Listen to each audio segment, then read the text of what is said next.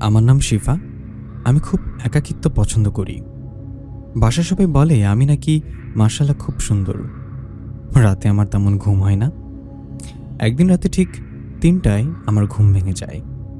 ঢাকা শহরে দিনের বেলায় যতটা না কোলাহল থাকে, ততটাই রাতের বেলায় পরিবেশটা চুপ হয়ে থাকে। ঘুম না আসার কারণে আমি আমার রুমের বারান্দায় গিয়ে দাঁড়াই। ৫তলা থেকে চারপাশ দেখতে লাগলাম, আর বসন্তের হাওয়া যেন মনটাকে দোলা দিয়ে যাচ্ছে। কিন্তু এ কি, দূরেই রাস্তায় কে দাঁড়িয়ে আছে? সাদা পাঞ্জাবি পরে দূর থেকে যা বুঝলাম লোকটা আমার দিকে তাকিয়ে আছে। কেমন জানি একটা লাগলো। ঘরে চলে গেলাম। কেন জানি না তার দিকেই চোখ আটকিয়ে গেল। সেও আমাকে দেখছে। তার চেহারা দূর থেকে ঠিক বোঝা যাচ্ছিল না, তবে কেন জানি তাকে খুব আপন কেউ মনে হচ্ছিল আমার। দেখতে দেখতে ফজরের আজান হতে লাগলো চারিপাশে, আর সে দেখতে দেখতে কোথায় যেন হারিয়ে গেল। কে ছিল সে, আর কেনই বা তাকে আমার এত আপন মনে হলো? সকাল হলে নাস্তা করে কলেজে গেলাম। পড়াতে মন বসছে না, কি করব বুঝতে পারছি না। সেই মানুষটা কে বা কেন আমার মন খুঁজে বেড়াই? কেন তাকে ভুলতে চাইলেও ভুলতে পারছি না? দিন শেষে রাত হলো। কেন জানি না আজকে রাতটা আমি অনেক উপেক্ষা করছিলাম। মনে মনে ভাবছিলাম আজও তার সাথে দেখা হবে হয়তো। রাত ঠিক ৩টায় আমায় আজ ঘুমাতে পারিনি। তাকে দেখার আশায় ছুটে গেলাম বারান্দায়। কই, কোথায় সে? সে তো নেই। এইভাবেই চলে গেল কিছুদিন। একদিন রাতে আমি ঘুমিয়ে ঘুমিয়ে স্বপ্নে সেই মানুষটাকে দেখলাম। এইবার তার চেহারাটা দেখালো আমায় সে। বিশ্বাস করেন, আমি এর আগে এত সুন্দর ছেলে আর কখনোই দেখিনি। সে বলল, মাফ করবেন, আপনি আমায় অনেক খুঁজেছেন, কিন্তু একটু কাজ থাকার কারণে আসতে পারিনি। আমি বললাম, আপনি কে বলুন তো? আপনাকে আমার মন কেন এত খোঁজে? সে বলে, সময় হলে সব বলবো, আজ আসি। আমি স্বপ্নের ভেতরেই বলছিলাম, যাবেন না প্লিজ, যাবেন না। হঠাৎ আমার ঘুম ভেঙে যায়। উঠে দেখি ফজরের আজান দিচ্ছে। সকালে ভাবতে লাগলাম, ইস, স্বপ্নটা যদি সত্যি হতো। আসলে ছেলেটা এত সুন্দর ছিল, আর এত সুন্দর ছিল তার কথা বলার ধরন। আমি মুগ্ধ হয়ে গিয়েছিলাম তার প্রতি। পরে ভাবলাম, স্বপ্ন তো স্বপ্নই, তা কখনো বাস্তবে সম্ভব না। তার ২ দিন পরের রাত, আনুমানিক ২টা বাজবে হয়তো, হঠাৎ আমার ঘুম ভেঙে যায়। ঘরের একপাশ থেকে কেউ একটি বলে উঠল, আসসালামু আলাইকুম। উঠে দেখি সেই ছেলেটা, কিন্তু এটা কি করে সম্ভব? আমি বললাম, আমি কি স্বপ্ন দেখছি? সে মুচকি হাসি দিয়ে বলে, না, এটা বাস্তব। আমি বললাম, এটা কি করে সম্ভব? কাল আপনি তো আমার স্বপ্নে এসেছিলেন। সে বলল, আগে সালামের উত্তরটা দিন। আমি বললাম, ওয়ালাইকুম আসসালাম। এই লোক, সে কি আদৌ মানুষ নাকি অন্য জগতের কেউ? কোথায় ছিলেন আপনি? আপনি জানেন কত খুঁজেছি আমি আপনাকে। সে বলল, আগে বলুন, আপনি কি আমায় দেখে ভয় পাচ্ছেন না? আমি বললাম, এই মায়াবী মুখ দেখে কেউ ভয় পায় নাকি? সে বলল, একটু ভেবে দেখুন তো, কাল আপনার স্বপ্নে এসেছিলাম, আর আজ এত রাতে আপনার রুমে কি করে আসতে পারি আমি? এখন আমি আসলে ভয় পাচ্ছি। আসলেই তো, কি করে সম্ভব এটা? সে যখন বুঝতে পারলো আমি তাকে এখন ভয় পাচ্ছি, তখন সে বলল, ভয় পাবেন না, আমিও আপনারই মতো আল্লাহর সৃষ্টি করা একটি মাখরুম, কিন্তু আমি মানুষ নই, একটি জিন। আসলে আমি আপনাকে দূর থেকে দেখতাম। আমি কখনই আপনার সামনে আসতে চাইতাম না। আপনি কিছুদিন ধরে আমায় দেখতে চেয়েছিলেন, তাই দেখা দিলাম। আপনার ভয় হয়তো এখনো কাটেনি। আচ্ছা, আমি তাহলে আসি। আবার সেদিনই দেখা হবে যেদিন আপনি দেখা করতে চাইবেন। আল্লাহ হাফিজ, আসসালামু আলাইকুম। সকাল হলো, ভয়টা ভালোই পেয়েছি। অনেক জ্বর আসছে আমার। ২ দিন চলে গেল এই ভাবতেই। তাকে নিয়ে যতটা ভয় পাইতেছি, তার থেকে আরও বেশি অনেক তাকে দেখার ইচ্ছে হচ্ছিল আমার। সে নাইবা হোক মানুষ, তাও এমন একটি মায়াবী মুখ, আর যাই হোক আমার কোনো ক্ষতি করবে না এটা আমি জানি। তারপর ১০ দিন পর ভাবলাম, আজ রাতে তাকে ডাকবো যদি দেখা হয়।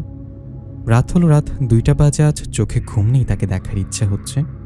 অনেকবার বললাম, কই আপনি, দেখা দেন, আমি দেখতে চাই আপনাকে। হঠাৎ করে দেখলাম একটি আলো জানালা দিয়ে ঘরে প্রবেশ করলো একটা সময়। সেই আলো থেকে বের হলো সেই মানুষটা, যাকে দেখার জন্য পাগল ছিল এই মন। কেন জানি না আজ তাকে দেখে ভয় হইতেছে আমার। শেষে বলে, আসসালামু আলাইকুম, এখনো কি ভয় পাচ্ছেন? আমি বললাম, ওয়ালাইকুম আসসালাম। না, ভয় লাগছে না। সে হালকা একটু হেসে বলল, বলেন কেন ডাকলেন আমায়? আমি বললাম, আপনাকে দেখার খুব ইচ্ছে হচ্ছিল তাই। সে বলল, আপনি কি চান আমি রোজ রাতে আপনার সাথে দেখা করতে আসি? আমি বললাম, হ্যাঁ। সে বলে, তাহলে আপনাকে একটা কাজ করতে হবে। আমি বললাম, জি বলুন, কি কাজ? সে বলল, আমি একটি জিন, আর 5 ওয়াক্ত নামাজ পড়ে আমি চাই আপনি 5 ওয়াক্ত নামাজ আদায় করুন, তাহলেই আমি আপনার সাথে দেখা করতে আসতে পারি। আমি বললাম, ঠিক আছে, আল্লাহর ইবাদত করবে, এটা তো ভালো কথা। এইভাবেই চলে গেল কিছুদিন। আমি এখন 5 ওয়াক্ত নামাজ আদায় করি। সেও তার কথা রাখে, প্রতি রাতে এসে দেখা করতে আসে আমার সাথে। কিন্তু বাবা মা বিষয়টা প্রথমে খেয়াল না করলেও আমার হঠাৎ নামাজি হওয়া তাদের কিছুটা হলেও অবাক করে। একদিন রাতে সে আসে, আমার ফজরের আগ পর্যন্ত কথা বলি। পরের দিন মা বলে, তুই এত রাতে ফোনে কার সাথে হেসে হেসে কথা বলছিলি? আমি বলি, কই, সে আমার ফোনটা চাইলো, আমিও দিয়ে দিলাম। মা বলল, রাতে ফোন আমার কাছে দিয়ে যাবি? আমি বললাম, ঠিক আছে। মা তো আর জানতো না যে আমি ফোনে নয়, তার সাথে সামনে বসেই কথা বলি।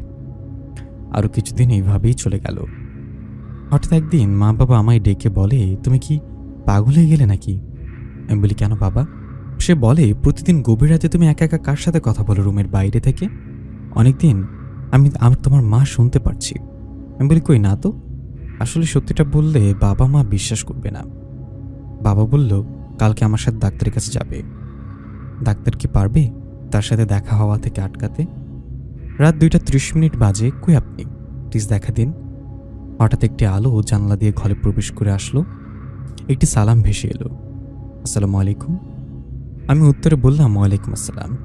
তাকে বলতে যাব বাবা কাল আমায় ডাক্তারের কাছে নিয়ে যাবে। তারা ভাবতেছে যে আমি পাগল হয়ে যাব। যাইতেছি দিনে দিনে, তাই ডাক্তারের কাছে নিয়ে যাবে কাল। বলার আগেই সে বলে উঠল, আমায় কিছু বলতে হবে না, আমি সব জানি। তবে আপনি যতদিন চাইবেন না যে আমি আপনার কাছ থেকে চলে যাই, ততদিন কেউ আমাদেরকে আলাদা করতে পারবে না। বললাম, তাহলে কি আমাদের সম্পর্ক কি প্রেমের? আপনার মনে কি আছে তা আমি জানি না, তবে হ্যাঁ, আমি আপনাকে অনেক ভালোবাসি। আমি বললাম, একটি জিনিসের সাথে প্রেম, এটা কি আদৌ সম্ভব? সে বলে, এটা কোথাও লেখা আছে যে মানবজাতি আর জিন জাতির প্রেম সম্ভব না, আপনি চাইলেই সবই সম্ভব। আমি বললাম, আচ্ছা আপনার নাম কি? সে বলে, আমি সুফিয়ান। আর আপনার নামটা আমি জানি, শিফা, তাই না? আমি অবাক হয়ে বললাম, এটা কিভাবে সম্ভব? আমি তো আমার নাম আপনাকে এখনো বলিনি। আমি জিন, আমি সবকিছু জানি যা আপনারা জানেন না। আমি বললাম, তাহলে কি জিনেরা মানুষের থেকে উত্তম? সে বলে, কখনই না। আল্লাহ যেখানে নিজে বলেছেন মানুষ হলো আশরাফুল মাকরুম, মানুষ সব থেকে উত্তম জীব, সেখানে জিন মানুষের থেকে উত্তম কখনোই হতে পারে না। আচ্ছা, ছোট থেকে শুনতাম জিনেরা নাকি ইচ্ছে পূরণ করতে পারে। আপনি আমার একটি ইচ্ছে পূরণ করবেন? সে হেসে হেসে বলতে লাগলো, সেগুলো গল্প কাহিনী ছাড়া আর কিছুই নয়, তবে হ্যাঁ, আপনি আপনার ইচ্ছা আমায় বলতে পারেন, আমি চেষ্টা করব পূরণ করার। তবে হ্যাঁ, টাকা পয়সা সোনাদানা চাইবেন না, কারণ আমি তো গল্পের জিন নই। আমি বললাম, আমার খুব ইচ্ছা আমি গভীর রাতে অনেক উঁচু পাহাড় থেকে পূর্ণিমার চাঁদ দেখব। সে বলে, এই কথা, চোখটা বন্ধ করুন, আর 2 মিনিটের আগে খুলবেন না। আমি বললাম, ওকে। আমি চোখটা বন্ধ করলাম।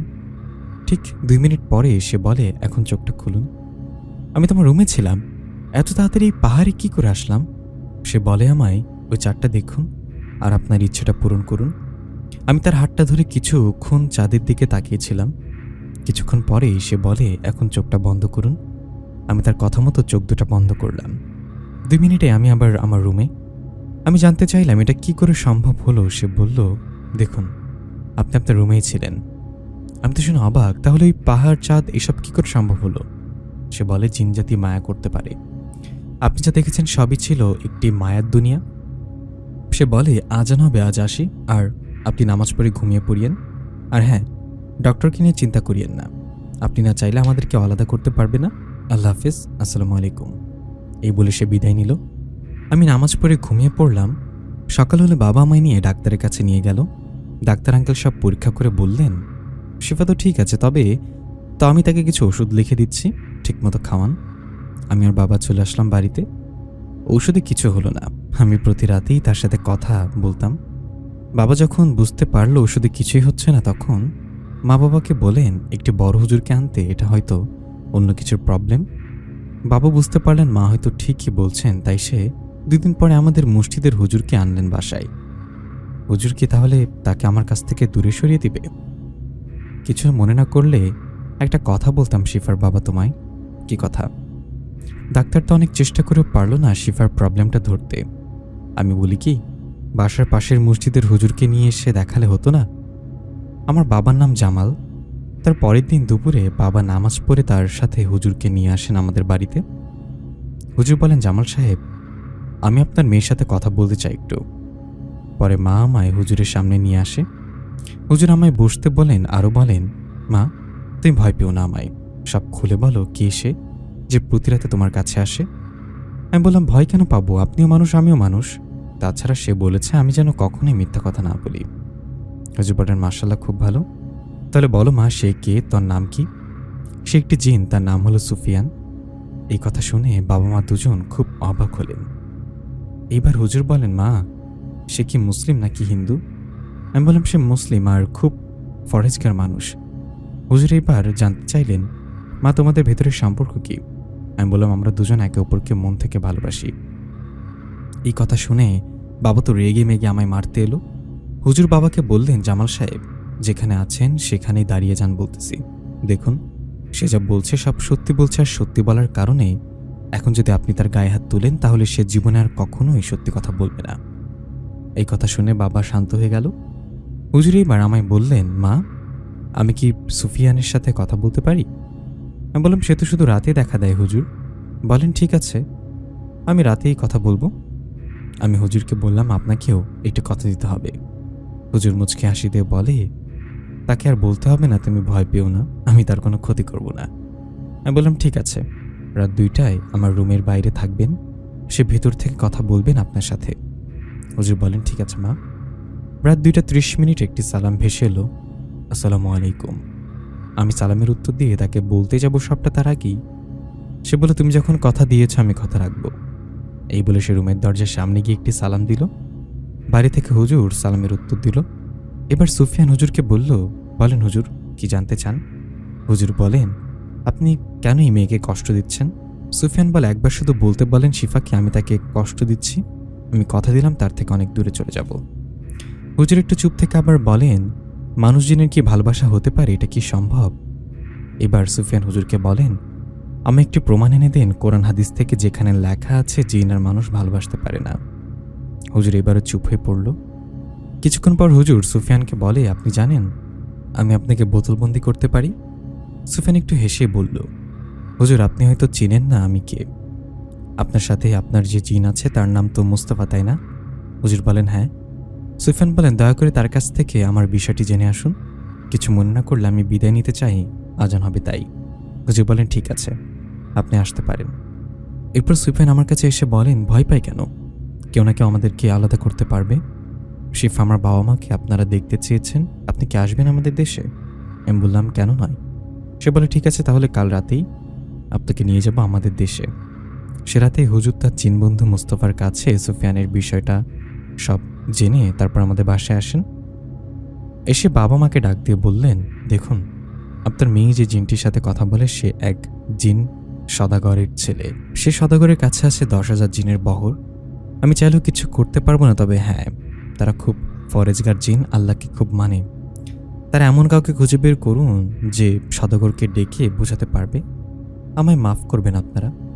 বাবা হুজুরকে বিদায় দিয়ে ভালো অনেক বড় আলেম খুঁজতে লাগলো যে কিনা সুফিয়ানের বাবাকে ডাকার ক্ষুধতা রাখে। পরের দিন রাতে সুফিয়ান এসে বলেন, চলো যাওয়া যাক। আমি বললাম, চলেন। সে বলল, চোখ বন্ধ করো। আমি বললাম, কেন? আবার মায়া দেখাবেন বুঝি? সে বলে, না, তবে আমাদের জগতে যেতে হলে এইভাবেই যেতে হবে। আমি তার কথা মতো চোখ বন্ধ করে ফেললাম। আমার মনে হইতেছিল যে আমি আকাশে উড়ে উড়ে যাচ্ছি। মিনিট 10 হবে। এইবার সুফিয়ান বলল, এখন চোখটা খুলো।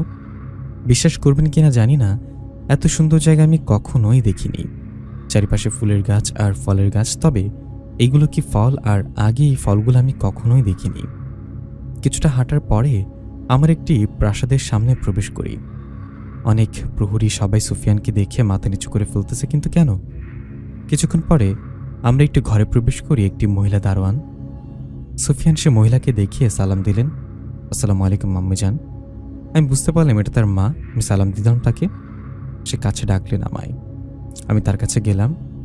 সে বলল, ভয় পেও না, আমি তোমার মায়ের মতোই। কিছুক্ষণ পরে একটি সালাম ভেসে এলো, আসসালামু আলাইকুম। কে এলো? রুমের বাইরে একটি সালাম ভেসে এলো, আসসালামু আলাইকুম। সুফিয়ান ও তার মা সালামের উত্তরে বললেন, ওয়ালাইকুম আসসালাম।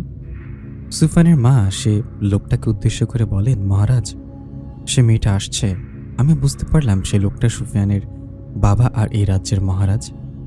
মহারাজ বলেন, সুফিয়ান, তারা যেন আপনার কিছু কম না হয়। কেমন? ঠিক আছে মহারাজ। মহারাজ চলে গেলেন। মহারানী ডাক দিলেন, কই গো তোমার? এরপর কিছু সুন্দরী মেয়ে ঘরে প্রবেশ করলেন তাদের রানীমা বলেন, যাও শিফা, তাকে নিয়ে গোসল করে নিয়ে আসো। তারা বলেন, ঠিক আছে রানীমা, আপনি যেমনটা বলবেন তেমনটাই হবে। তারপর তারা আমাকে নিয়ে ছোট্ট একটি পুকুরে গেল। কি পুকুরে তো পানি বদলে পুকুরটিতে পুরো দুধ, গোলাপের পাপড়িতে পরিপূর্ণ। গোসল শেষ করে রুমে আসলাম। তারা আমায় খুব দামি একটি পোশাক দিলেন, যেই ধরনের পোশাকে আগে রাজকুমারীরা পরতেন, ঠিক তেমন একটি পোশাক আমি পরে রেডি হয়ে নিই। সুফিয়ান আমায় ডেকে বলেন, রানীমা, আমাদের জন্য খাবার ঘর অপেক্ষা করছেন, আসুন। আমি তাকে বলি, ওইদিকে তো সকাল হয়ে গেছে, হয়তো বাবা মা আমায় না পেলে খোঁজাখুঁজি শুরু করে দিছে। সুফিয়ান একটু মুচকি হাসি দিয়ে বলেন, তুমি যেমনটা ভাবছো তেমন কিছুই হয়নি শিফা। তোমাদের দুনিয়ার সময় আর আমাদের দুনিয়ার সময় এক গতিতে চলে না। তুমি শুনলে অবাক হবে যে তুমি এখানে আসছো তোমাদের দুনিয়ার ঘড়িতে মাত্র 30 মিনিট হয়েছে। আমি তো শুনে পুরাই অবাক। আমরা খাবার ঘরে গেলাম, এত ফলের নাম জানি না, কখনো খাইনি। পাশের পোলাও, মুরগির রোস্ট আর একটা কিসের যেন মাংসটা দেখে আমি ভয় পেয়ে যাই। রানীমা আমার মুখের দিকে তাকিয়ে বিষয়টা বুঝতে পেরে বললেন, ভয় পেও না শিফা, এটা কোনো মানুষের মাংস নয়। আসলে আমরা মুসলিম ইমানদার জিন, আমরা তোমাদের মতো হালাল খাবারই খাই। তারপর আমি খেতে বসি। এত মজার খাবার এর আগে আমি কখনো খাইনি। খাওয়া শেষ করলাম, এইবার যাওয়ার পালা। আমি রানীমার কাছে বিদায় নিলাম। রানীমা আমায় বলেন, এবার এসো মা। সুফিয়ানকে বলেন, যাও, তাকে তার দুনিয়ায় ভালোভাবে ফিরিয়ে দিয়ে এসো। আমরা বের হয়ে গেলাম। প্রাসাদ থেকে একটু দূরে এসে সুফিয়ান আমায় আগের মতো চোখ বন্ধ করতে বললেন। আমি তাই করলাম। 10 মিনিট পর সে চোখ খুলতে বললেন। আমি চোখ খুলে দেখি আমি আমার রুমে। সুফিয়ান আমার হাতে কিছু খেজুর আর কিছু মিষ্টি দিলেন আর বললেন, বাবা মাকে দিতে। আর সে বিদায় নিয়ে চলে গেল। দূর থেকে একটি সালাম ভেসে এলো, আসসালামু আলাইকুম। আমি সালামের উত্তর দিয়ে নামাজ পড়ে ঘুমিয়ে যাই। সকালে মা আমার শরীরে এমন এক পোশাক দেখে জানতে চায় আমি এই পোশাক কই থেকে পেলাম। সে আমায় মিথ্যা বলতে মানা করেছিল, তাই আমি মাকে সব সত্যি বলে তার হাতে মিষ্টি আর খেজুরগুলো ধরিয়ে দিই। মা এসব শুনে আরো ভয় পেয়ে যায় আর বাবাকে কান্না করে সব বলে। বাবা বলেন, আমি একটি অনেক বড় আলেমের সন্ধান পেয়েছি, সে ইন্ডিয়াতে থাকে, তার সাথে আমার কথা হয়েছে। তাকে আমি কাল বাসায় নিয়ে আসবো, যত টাকায় লাগুক না কেন, আমি আমার মায়ের কোনো ক্ষতি হতে দেব না। কথা মতো পরের দিন সকালে সে বড় আলেম আসেন আমাদের বাসায়। তার সামনে আমায় নিয়ে যাওয়া হয়। সে জানতে চায় আমি এর আগের মতোই সব সত্যি বলি, যা যা হয়েছে। সে বলে, ঠিক আছে, তুমি ঘরে যাও মা। আলিম সাহেব আমার বাবাকে বলেন, ও অনেক বড় জিনের পুত্র, তবে হ্যাঁ, আমি একজনকে চিনি যে আমাদের ওই সেই জিনের বাচ্চার সাথে কথা বলতে পারে। আজ রাতে আমি তাকে ডাকবো। আমার এক ছাত্র শরীরে কথা মতো রাতে একটি রুমে তাকে ডাকতে থাকেন আলিম সাহেব। হঠাৎ সেই ছাত্র মোটা কণ্ঠে বলে ওঠে, আসসালামু আলাইকুম আলিম সাহেব। আলিম সাহেব বলেন, ওয়ালাইকুম আসসালাম মহারাজ। সে বলেন, আমায় ডাকার কারণ? আলিম সাহেব বলেন, আপনার বন্ধু মহারাজ হাবিবুল্লাহ তার ছেলে সুফিয়ান এই বাড়িতে একটি মেয়েকে খুব কষ্ট দিতেছে মহারাজ। সে জিন আলিম সাহেবকে উদ্দেশ্য করে বলেন, যা বলবেন ভেবে বলবেন, তার সম্পর্কে আপনি হয়তো জানেন না। সে খুব ইমানদার একটি রাজা, তাছাড়া খুব ভালো একটি বন্ধু। আলিম সাহেব বলেন, কাল রাতে মেয়েটিকে তার ছেলে চীনের দেশে নিয়ে গিয়েছিল। এখন আপনি বলেন, এটা কি তার ঠিক করেছে? তারা মানুষকে কেন তারা তাদের দেশে নিয়ে যাবে? এইসব শুনে সে জিন বলেন, ঠিক আছে, আমি এই বিষয়ে মহারাজ হাবিবুল্লাহ সাহেবের সাথে কথা বলবো। আমি আপনাকে কাল জানাবো কি করবেন আপনি। এই বলে সেই বাচ্চা জিন বিদায় নেয়। কি হবে কাল সকালে তাহলে? কি এখানে সব শেষ হয়ে যাবে তাহলে? সে জিনের বাচ্চার কথা মতো পরের দিন রাতের বেলায় আলিম সাহেব তার দুটি ছাত্রকে নিয়ে আসে। আবার একটি ছাত্রের ভেতর সে বাচ্চা জিনটি প্রবেশ করেন, আরেকটি ছাত্রের ভেতরে মহারাজ হাবিবুল্লাহ প্রবেশ করেন। তাদের দুইজনকে উদ্দেশ্য করে আলিম সাহেব সালাম দেয়। এখন মহারাজ হাবিবুল্লাহ আলিম সাহেবকে বলেন, আপনি আসলে কি চান আর কি জানতে চান যে আপনার কথা শোনার জন্য আমাকে এই পর্যন্ত আসতে হলো? আলিম সাহেব মহারাজের কাছে অনুরোধ করেন যাতে তার ছেলে আর এই মেয়ের কাছে না আসেন, এতে এই মেয়ের বাবা মা অনেক ভয় পায় এবং দুশ্চিন্তা দিনে দিনে বাড়ে। তখন ওই ছাত্রের ভিতরে থাকা মহারাজ হাবিবুল্লাহ বলেন মেয়ের বাবাকে, দেখুন ভাই সাহেব, আপনি ভয় পাবেন না। আমরা আপনাদের মতোই মুসলিম, হয়তো আমরা আপনাদের মতো মানুষ নই, কিন্তু আপনি যখন চান না আমার ছেলে আপনার মেয়ের কাছে আসুক, আমি আজই আমার ছেলেকে বুঝিয়ে বলবো। আর আপনি একটি কাজ করবেন, আপনি বাসটা ছেড়ে দূরে কোথাও চলে যান আর আপনার মেয়েকে বুঝিয়ে বলবেন যাতে আপনার মেয়ে আর কখন আমার ছেলেকে স্মরণ না করে। অতঃপর আপনার মেয়ে যদি আমার ছেলেকে স্মরণ না করে, তাহলে আমার ছেলে আপনাদের নতুন বাসার ঠিকানা বের করতে পারবে না। আপনি আপনার দায়িত্ব পালন করুন আর আমি আমার দায়িত্ব পালন করব।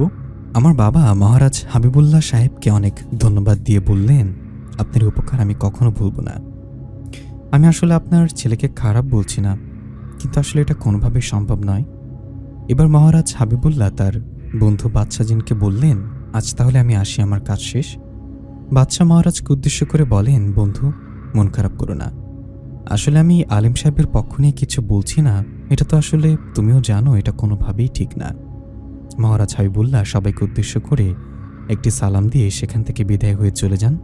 পরবর্তীতে বাদশাহ জিন আলিম সাহেবকে বলেন, আলিম সাহেব যেহেতু আমার বন্ধু কথা দিয়েছে, তো সে তার ছেলেকে অবশ্যই বোঝাবে। আপনি এই মেয়ের বাবাকে মাকে বলে দিন আমার বন্ধু যা বলেছে তারা যেন তার মেয়েকে বুঝিয়ে বলেন। এই কথা বলে বাদশাহ জিন এখান থেকে বিদায় হয়ে চলে যান। পরবর্তীতে আলিম সাহেব তার হাদিয়া নিয়ে সেখান থেকে ইন্ডিয়া চলে যান আর আমার বাবা মাকে বলে যান, এটা ছাড়া আর কোনো উপায় নাই। আপনারা চাইলে আমার থেকেও বড় আলিমের কাছে যেতে পারেন, তবে এদের বিরুদ্ধে কেউ যাবে না, কারণ মহারাজ হাবিবুল্লাহ অনেক শক্তিশালী জিনদের রাজা। আমি বাদশাহ জিনের পরিচিত থাকার কারণে এই সমস্যার সমাধান করতে পেরেছি। এই কথা বলে আলিম সাহেব বসা থেকে উঠে বের হয়ে চলে যান। তার কিছুক্ষণ পর বাবা মা আমার রুমে আসেন। বাবার হাতে একটি ধারালো ছুরি দেখে আমি কিছুটা ভয় পেয়ে যাই। আমি বলি, বাবা তোমার হাতে এই ধারালো ছুরি কেন? বাবা বলেন, তুমি সুফিয়ানকে ভুলে যাও, নয়তো আমি আমার জীবন দিয়ে দিব। তুমি কি চাও আমি আমার জীবন নিজ হাতে নিয়ে এই মহাপাপটি করে ফেলি? তখন আমি কান্না করে বাবাকে বলি, সুফিয়ানকে তো আমি কিছুদিন ধরে চিনি, কিন্তু তোমাকে আমি ছোট থেকে চিনি বাবা, তুমি আমার সব, তুমি যা চাও তাই হবে। তবে আমার একটি কথা আছে, আজ রাতে আমি শেষবারের মতো তার সাথে কথা বলতে চাই। কাল থেকে তুমি যা বলবে আমি তাই করব বাবা, আমার এই কথাটি তুমি রাখো। বাবা বললেন, ঠিক আছে, কিন্তু মনে রেখো আজকে শেষ, কাল থেকে আমি যা বলবো তা তুমি শুনে, নয়তো আমি আমার জীবন নিয়ে নেব। রাত 1:20 বাজে। আজ আমি খুব কান্না করে তাকে ডাকলাম, সুফিয়ান দেখা দাও, তোমার সাথে আমার শেষবারের মতো কিছু কথা আছে। বরাবরের মতোই জানলা দিয়ে একটি আলো ঘরে প্রবেশ করল। সে আলো থেকে একটা মানুষের আকার ধারণ করল এবং আমার সামনে আসলো সুফিয়ান। এসে বলল, আমি জানি তুমি কি বলতে চাও। আমি দেখলাম সুফিয়ানের চোখ দুটো দিয়ে অঝোর জল পড়ছে আর সে কথা বলতে পারছে না, এতটা কান্না করছে। তার কান্না দেখে আমি আমার কান্না ধরে রাখতে পারলাম না। আমিও খুব কান্না করতে করতে নিচে বসে পড়লাম। আমি সুফিয়ানের কাছে জানতে চাইলাম, তাহলে কি আমাদের এই পথ এই পর্যন্তই ছিল? সুফিয়ান আমাকে বলল, আমি জানি না, তবে আমি আমার আল্লাহর প্রতি বিশ্বাস রাখি। সে যদি চায় আমাদের আবার দেখা হবে, অবশ্যই দেখা হবে, কিন্তু আমি চাই এখন তুমি তোমার বাবা মার কথা মতো চলো আর আল্লাহ পাকের উপরই বিশ্বাস রাখো। আমার এতটুকু বিশ্বাস আছে যে তুমি আর 5 ওয়াক্ত নামাজ কখনোই ছাড়বে না। আমি তাকে বললাম, 5 ওয়াক্ত নামাজ তো আমি কখনোই ছাড়ব না, আমি আমার ইবাদত আরও বাড়িয়ে দেব যাতে আল্লাহ পাক আমাদের আবারও দেখা করান। আমি সব সময় মহান আল্লাহ পাকের কাছে চাইব যাতে আমাদের আবার দেখা হয়। দেখো সুফিয়ান, যে বাবা মা আজ চায় না যে আমি তোমার সাথে দেখা করি, একদিন মহান আল্লাহ পাক এমন একটি কিছু করবেন যেখানে সে বাবা মা নিজ থেকে বলবে, সুফিয়ানকে ডাকো, তুমি তাড়াতাড়ি সুফিয়ানকে ডাকো। সুফিয়ান চোখের পানি মুছে আমার পাশে বসে বললেন, মহান আল্লাহ কার কপালে কি লিখে রেখেছেন কেউ জানে না, তবে তুমি যেটা বলেছ মন থেকে বলেছ, আমিও মহান আল্লাহ পাকের কাছে এটাই চাইব। তারপর সুফিয়ানের কাঁধে আমি মাথা রেখে জানলা দিয়ে আকাশের দিকে সারা রাত তাকিয়ে থাকি। আমরা একে অপরের সাথে ফোনে কথা বলি না, তবে একে অপর খুব কান্না করছিলাম। একটা সময় ফজরের সময় হয়ে এলো।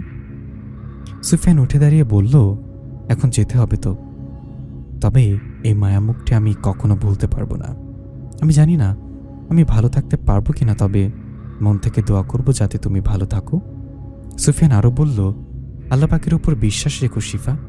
এই বলে আগের মতোই আবার ছোট্ট একটি আলোর রূপ ধরে জানলা দিয়ে বের হয়ে গেল, আর দূর থেকে আগের মতোই ভেসে এলো, আল্লাহ হাফেজ, আসসালামু আলাইকুম রহমতুল্লাহি ওয়া বারাকাতুহু। ভালো থাকবে শিফা। আমি কান্না করতে করতে বললাম, ওয়ালাইকুম আসসালাম রহমতুল্লাহ। আমি চাই তোমার সাথে আবার দেখা হোক। আল্লাহ পাক যাতে আমাদের দেখা আবার করান। আল্লাহ হাফেজ, নিজের খেয়াল রেখো। সে নেই আজ 3 বছর হয়ে গেল, তবে আজকেও তাকে আমি ভুলতে পারলাম না। সুফিয়ান তার কথা রেখেছেন। এই 3টি বছর সে আমার সাথে একটি বারও দেখা করেনি, কিন্তু আমার জীবনটা যেভাবে মোড় দেবে তা আমি স্বপ্নেও ভাবিনি।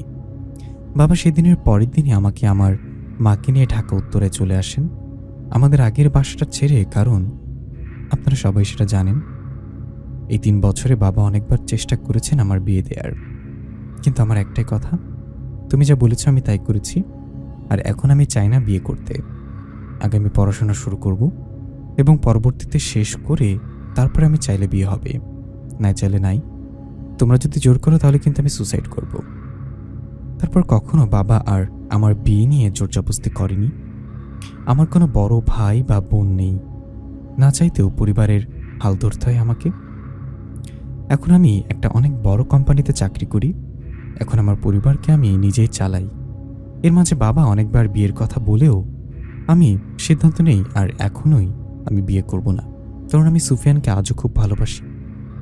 বাবা সুফিয়ানকে আমার কাছ থেকে কেড়ে নিলেও আমাদের স্মৃতিগুলো কেড়ে নিতে পারিনি, যেগুলো এখনও আমার চোখের সামনে সব সময় ভাসে। আমি এখনও রাতে সুফিয়ানকে নিয়ে ভাবি আর কান্না করি।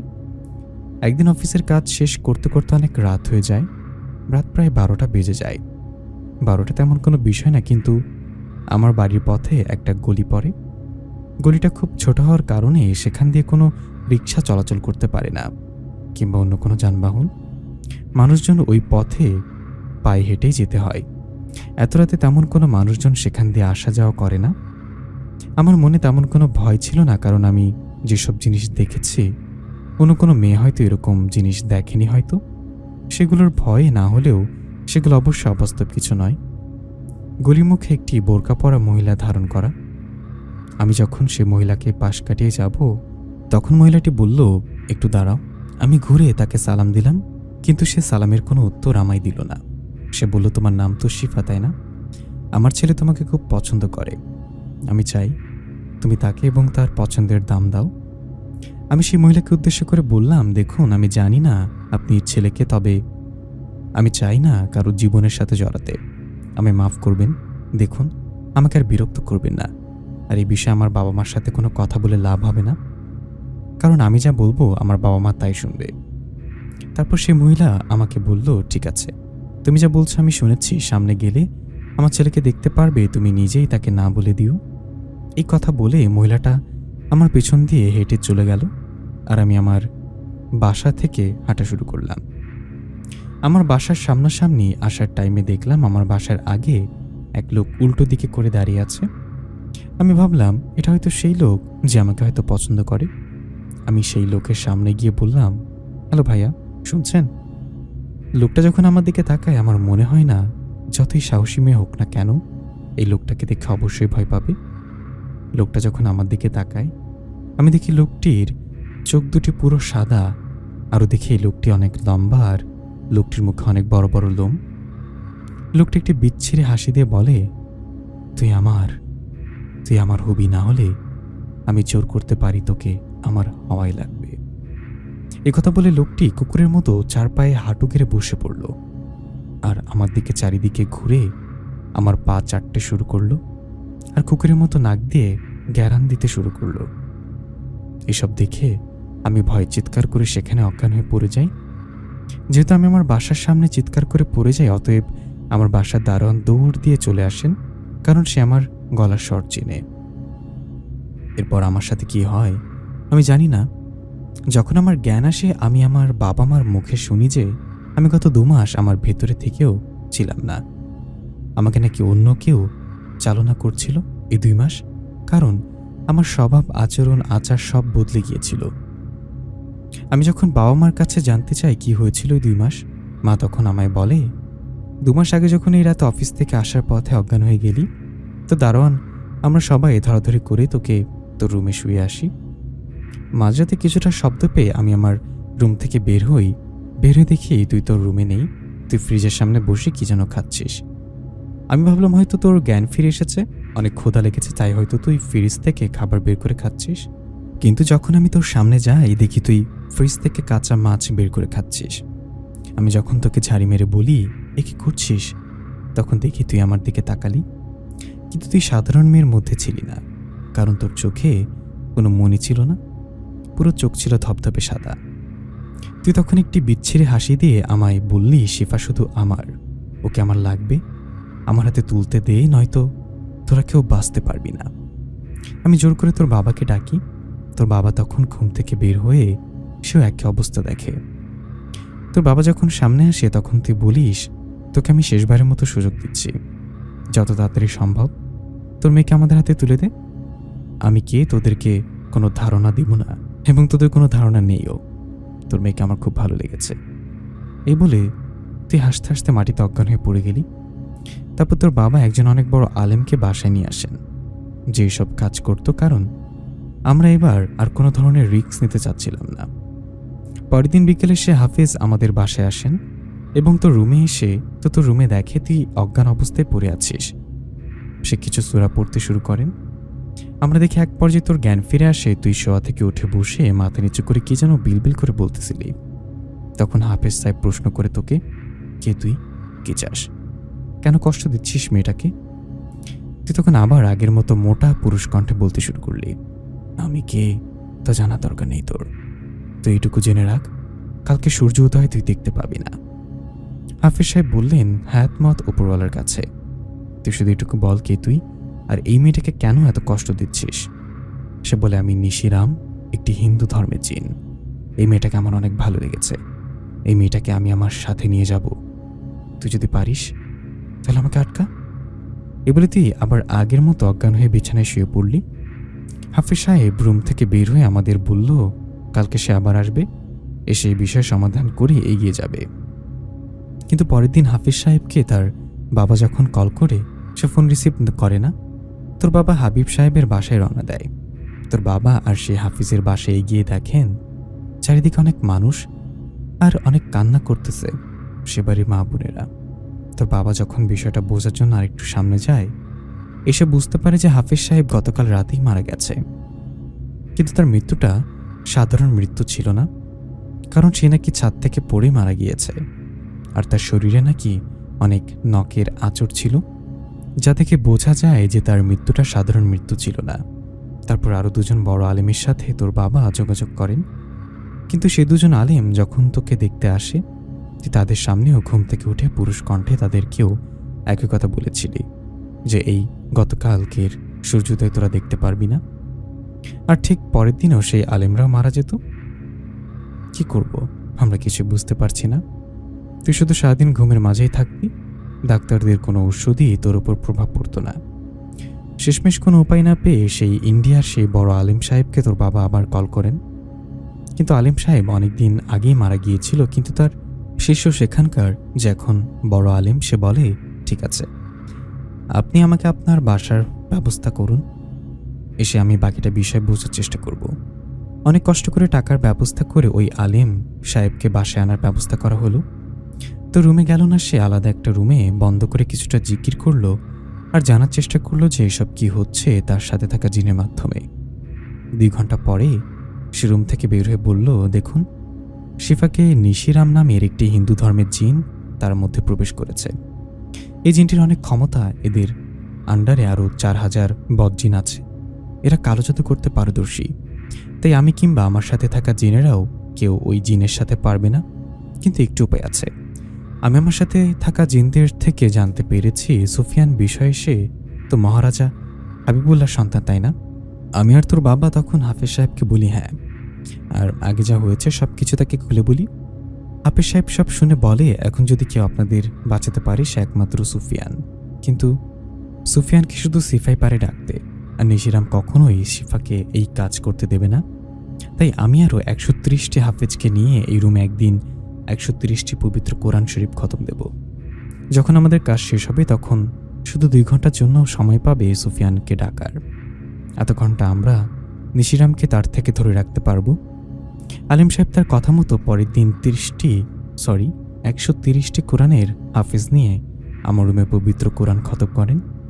কোরআন খতম হওয়ার কিছুক্ষণ পরেই আমার জ্ঞান ফিরে আসে, আর গত 1 মাসের পুরো ঘটনা আমার বাবা মা ও আলিম সাহেব আমাকে খুলে বলেন, আর বলেন তাড়াতাড়ি সুফিয়ানকে ডাকো আমাদের কাছে, বেশি সময় নেই। রাত তখন আনুমানিক 2টা বা 3টা হবে। আমি বলি, সুফিয়ান কোথায় আপনি? আমাকে দেখা দিন, এই বিপদে আপনার সাহায্য আমার খুব দরকার, দেখা দিন আমায়।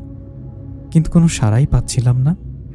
এদিকে সময় শেষ হয়ে আসলো আর একটা ভয়ঙ্কর ঘটনা ঘটে গেল। হঠাৎ করে আমাদের রুমের সকল লাইট অফ হয়ে গেল। আলিম সাহেব তার মোবাইল অন্যদের মোবাইলের লাইট অন করতে বলল, কিন্তু কারোর ফোনেই লাইট অন হচ্ছিল না।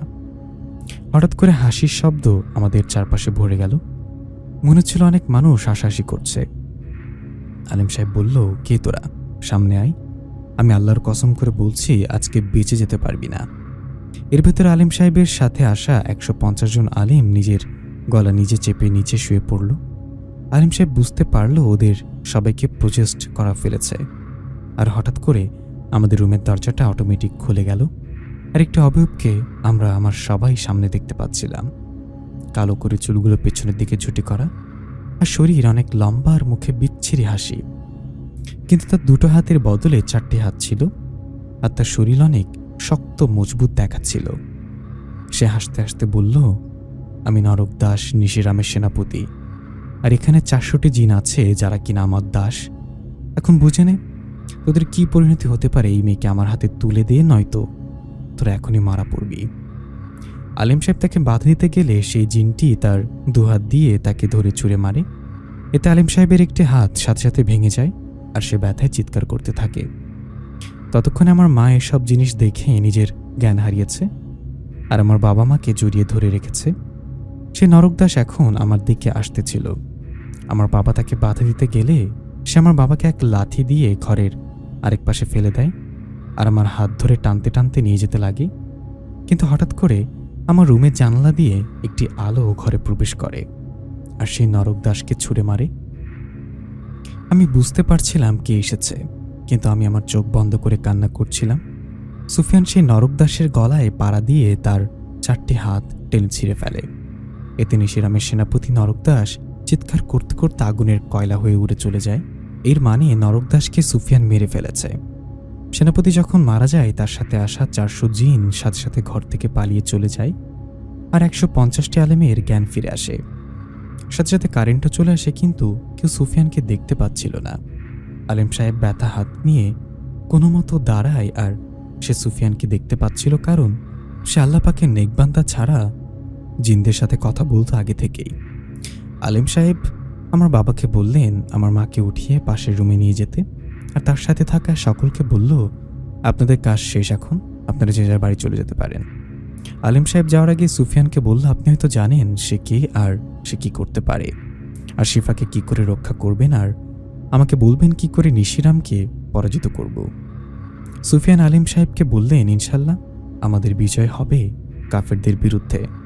আল্লাহ পাক আমাদের সাহায্য করবে। আপনি এখন ডক্টরের কাছে চলে যান, কারণ আপনার হাতের একটি হাড় ভেঙে গেছে।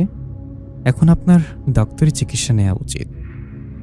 আর আমি যতক্ষণ শিফার কাছে আছি সেই নিশিরাম এখানে আসার দুঃসাহস কখনোই দেখাবে না। আপনি ফিরে আসার পর যা করার করব, এখন আপনি দেখে শুনে যান। আলিম সাহেব সুফিয়ানকে একটি সালাম দিয়ে ঘর থেকে বের হয়ে চলে যান। সুফিয়ান সালামের উত্তর নিয়ে রুমের লাইটটি অফ করে দেয়, আর রুমের দরজাটা অটোমেটিক অফ হয়ে যায়। এবার সুফিয়ান আমার কাছে এসে বলে, চোখ খোলো শিফা, কান্না করো না, দেখো আমি এসেছি, আর কেউ তোমার কোনো ক্ষতি করতে পারবে না। তুমি চোখটা যেন খোলো, দেখো সে আগের মতো নিঝুম অন্ধকার, ছোট্ট একটি আলো, গেট বন্ধ, লাইট নিভানো। একটু তাকাও আমার দিকে। আমি চোখ খুলে সুফিয়ানকে দেখি। কতক্ষণ দেখতেছিলাম আমি জানি না, কিন্তু আমার মনে হচ্ছিল কত হাজার বছর পর আমি সুফিয়ানকে দেখছি। আমার সামনে। সুফিয়ান আমাকে বলে, ভয় পেও না, আমার উপর বিশ্বাস নেই তোমার? আমি বললাম, নিজের থেকেও বেশি। আমি তো ভেবেছিলাম তুমি আর আমার কাছে আসবে না, আর আমি হয়তো এই নিশিরামের হাতেই মারা যাব। তুমি না ডাকলে আমি কি করে আসতাম বলো? এটাই তো কথা ছিল আমাদের। এবার সুফিয়ান শিফাকে বলতে শুরু করে, কি করে এসব হলো? আসলে শিফা যে অফিসে জব করে সেখানকার একটি ছেলে তাকে খুব লাইক করে। ছেলেটি তার সিনিয়র বস ছিল। ছেলেটি যে শিফাকে পছন্দ করতো এটা শিফা জানতো, কারণ শিফাকে সেই ছেলেটি অনেকবার প্রপোজ করেছে। কিন্তু শিফার মনে সুফিয়ান থাকার কারণে সে অন্য কাউকে সেই জায়গাটা কখনই দিতে চাইতো না। এই কারণে সে কখনো বিয়েও করতে চাইতো না, আর তো ভালোবাসা দূরে থাক। একটা পর্যায়ে সেই ছেলেটি শিফার উপর রাগ করে একটি তান্ত্রিকের কাছে যায় বশীকরণ করতে। তান্ত্রিক তার থেকে মোটা অঙ্কের টাকা খেয়ে কাজটি করে দেবে, তাকে কথা দেয়। তান্ত্রিক নিশিরামের পূজা করত, তাই নিশিরামের কাছে সাহায্য চায় এই কাজের জন্য। এই কাজে বিনিময়ে নিশিরামকে দুটো কালো মহিষ ভোগ হিসেবে দেবে এই কথা দেয় তান্ত্রিক। নিশিরাম এই কথায় রাজি হয়ে যখন শিফার কাছে আসে কালো জাদুর উপরে বশীকরণ করার জন্য, কিন্তু এসে সে দেখে শিফা খুব সুন্দরী এবং খুব মায়াবতী। এতে নিশিরাম তার প্রতি দুর্বল হয়ে তাকে ভালোবেসে ফেলে। নিশিরাম তান্ত্রিকের কাছে গিয়ে বলে, আমি আমার ভোগ স্বীকার করলাম, কিন্তু জোড়া মহিষ নয়, জোড়া মাথা। তান্ত্রিক কারণ জানতে চাইলে নিশিরাম বলে, জোড়া মাথা মানে তোর ঘাড়ের মাথা, আর সেই ছেলের যে কিনা আমার আর শিফার ক্ষতি করার জন্য তোর কাছে এসেছে। আসলে নিশিরাম ছিল একটি খুবই ভয়ঙ্কর জিন, যে কিনা নিজের স্বার্থের জন্য সবকিছু করত, আর ক্ষমতার লোভ দেখিয়ে এরকম অনেক তান্ত্রিকদের ভগবান হয়ে থাকত। তান্ত্রিক কিছু বোঝার আগেই নিশিরাম তার দেহ থেকে মাথাটা টান দিয়ে ছিঁড়ে ফেলে। আর তার 3 দিন পরে সেই অফিসের ছেলেটা যখন কাজ ছেড়ে বাসার দিকে যাচ্ছিল, তার বাসার গলিতে নিশিরাম তার দেহ থেকে মাথাটা আলাদা করে তার সাথে নিয়ে যায়। তার কিছুদিন পরেই নিশিরাম তার মাকে পাঠায় শিফার কাছে তাদের ভালোবাসার প্রস্তাব দিয়ে। কিন্তু যখন শিফা তার মাকে অপমান করে আর তার ভালোবাসা প্রত্যাখ্যান করে, এটা নিশিরাম মেনে নিতে পারে না। তাই নিশিরাম তাকে ভয় দেখিয়ে সেদিন গেটের সামনে অজ্ঞান করে তার থেকে তার একটি চুল, হাতের নখ এবং তার পরনের জামা থেকে একটু অংশ এসব নিয়ে নিশিরাম একটা ভয়ানক কালো জাদু করে, যার কারণে 1 মাস শিফা তার ভিতর থেকেও থাকতো না। আর এই সুযোগে নিশিরাম তাকে আস্তে আস্তে মৃত্যুর দিকে নিয়ে যাচ্ছিল। তার ভেতরে নিশিরাম প্রবেশ করে তার দেহের সবকিছু আস্তে আস্তে নষ্ট করে দিচ্ছিল। কিন্তু কালো জাদুর মেয়াদ শেষ হওয়ার আগে আলিম সাহেব এই বাসায় প্রবেশ করেন আর আমার আগমন ঘটে। কালো জাদু শেষ হওয়ার এখনও 2 দিন বাকি আছে, কিন্তু নিশিরাম একটি ভয়ঙ্কর জিন সর্দার, তাকে হারানো অতটাও সহজ হবে না। কিন্তু আমি আমার জীবন দিতে রাজি আছি, কিন্তু আমার ভালোবাসার মানুষ এভাবে কষ্ট পাবে আমি কখনো মানতে পারবো না। সুফিয়ান বলে, আলিম সাহেব কিছুদিন আসতে পারবে না, কারণ তার হাত খুব বাজেভাবে ভেঙে গেছে। যা করার আমাকেই করতে হবে। কিন্তু শিফা, তোমার সাহায্য আমার খুব দরকার। সে কালো জাদু একমাত্র তুমি নষ্ট করতে পারবে। আমি সুফিয়ানের কাছে জানতে চাই সেটা কি করে। সুফিয়ান বলে, এখান থেকে 130 কিলোমিটার দূরে একটা ভাঙা জমিদার বাড়ি আছে। সে বাড়ির মাঝ বরাবর একটি রুমের মাটির 4 হাত নিচে কুফরি করা সকল তাবিজ রাখা আছে। সেই কালো জাদুর সকল তাবিজ করে উঠিয়ে সাথে সাথে আগুনে পোড়াতে হবে এই 2 দিনের ভেতর, নয়তো তোমাকে বাঁচানো কোনোভাবে সম্ভব নয়। কিন্তু নিশিরাম এটা কখনোই করতে দিবে না। তাই আমি আমার সাহায্যের জন্য আমার বন্ধু ইব্রাহিম ও আরও কিছু সঙ্গীকে নিয়ে কাল রাতে তোমাকেও সাথে নিয়ে সেই বাড়ির উদ্দেশ্যে রওনা করব। কিন্তু আমি জানি না আমি সফল হব কিনা, সেখানে মারা যাব। কিন্তু ওইটুকু জানি, মরলে দুজনে একসাথে মরব, আর যদি বেঁচে থাকি বাকি সারা জীবন দুজনে একসাথে বাঁচব। তুমি কি আমার উপর বিশ্বাস করে কাল আমার সাথে যাবে? শিফা বলল, তোমার জন্য জীবন একবার না, আমি বহুবার মরতে পারি, কিন্তু আমার ভয় হয় তোমাকে নিয়ে। আমি যদি তোমাকে হারিয়ে ফেলি তো? সুফিয়ান বলে, ভয় পেও না, আমি যতক্ষণ বেঁচে থাকবো তোমার হয়েই থাকব।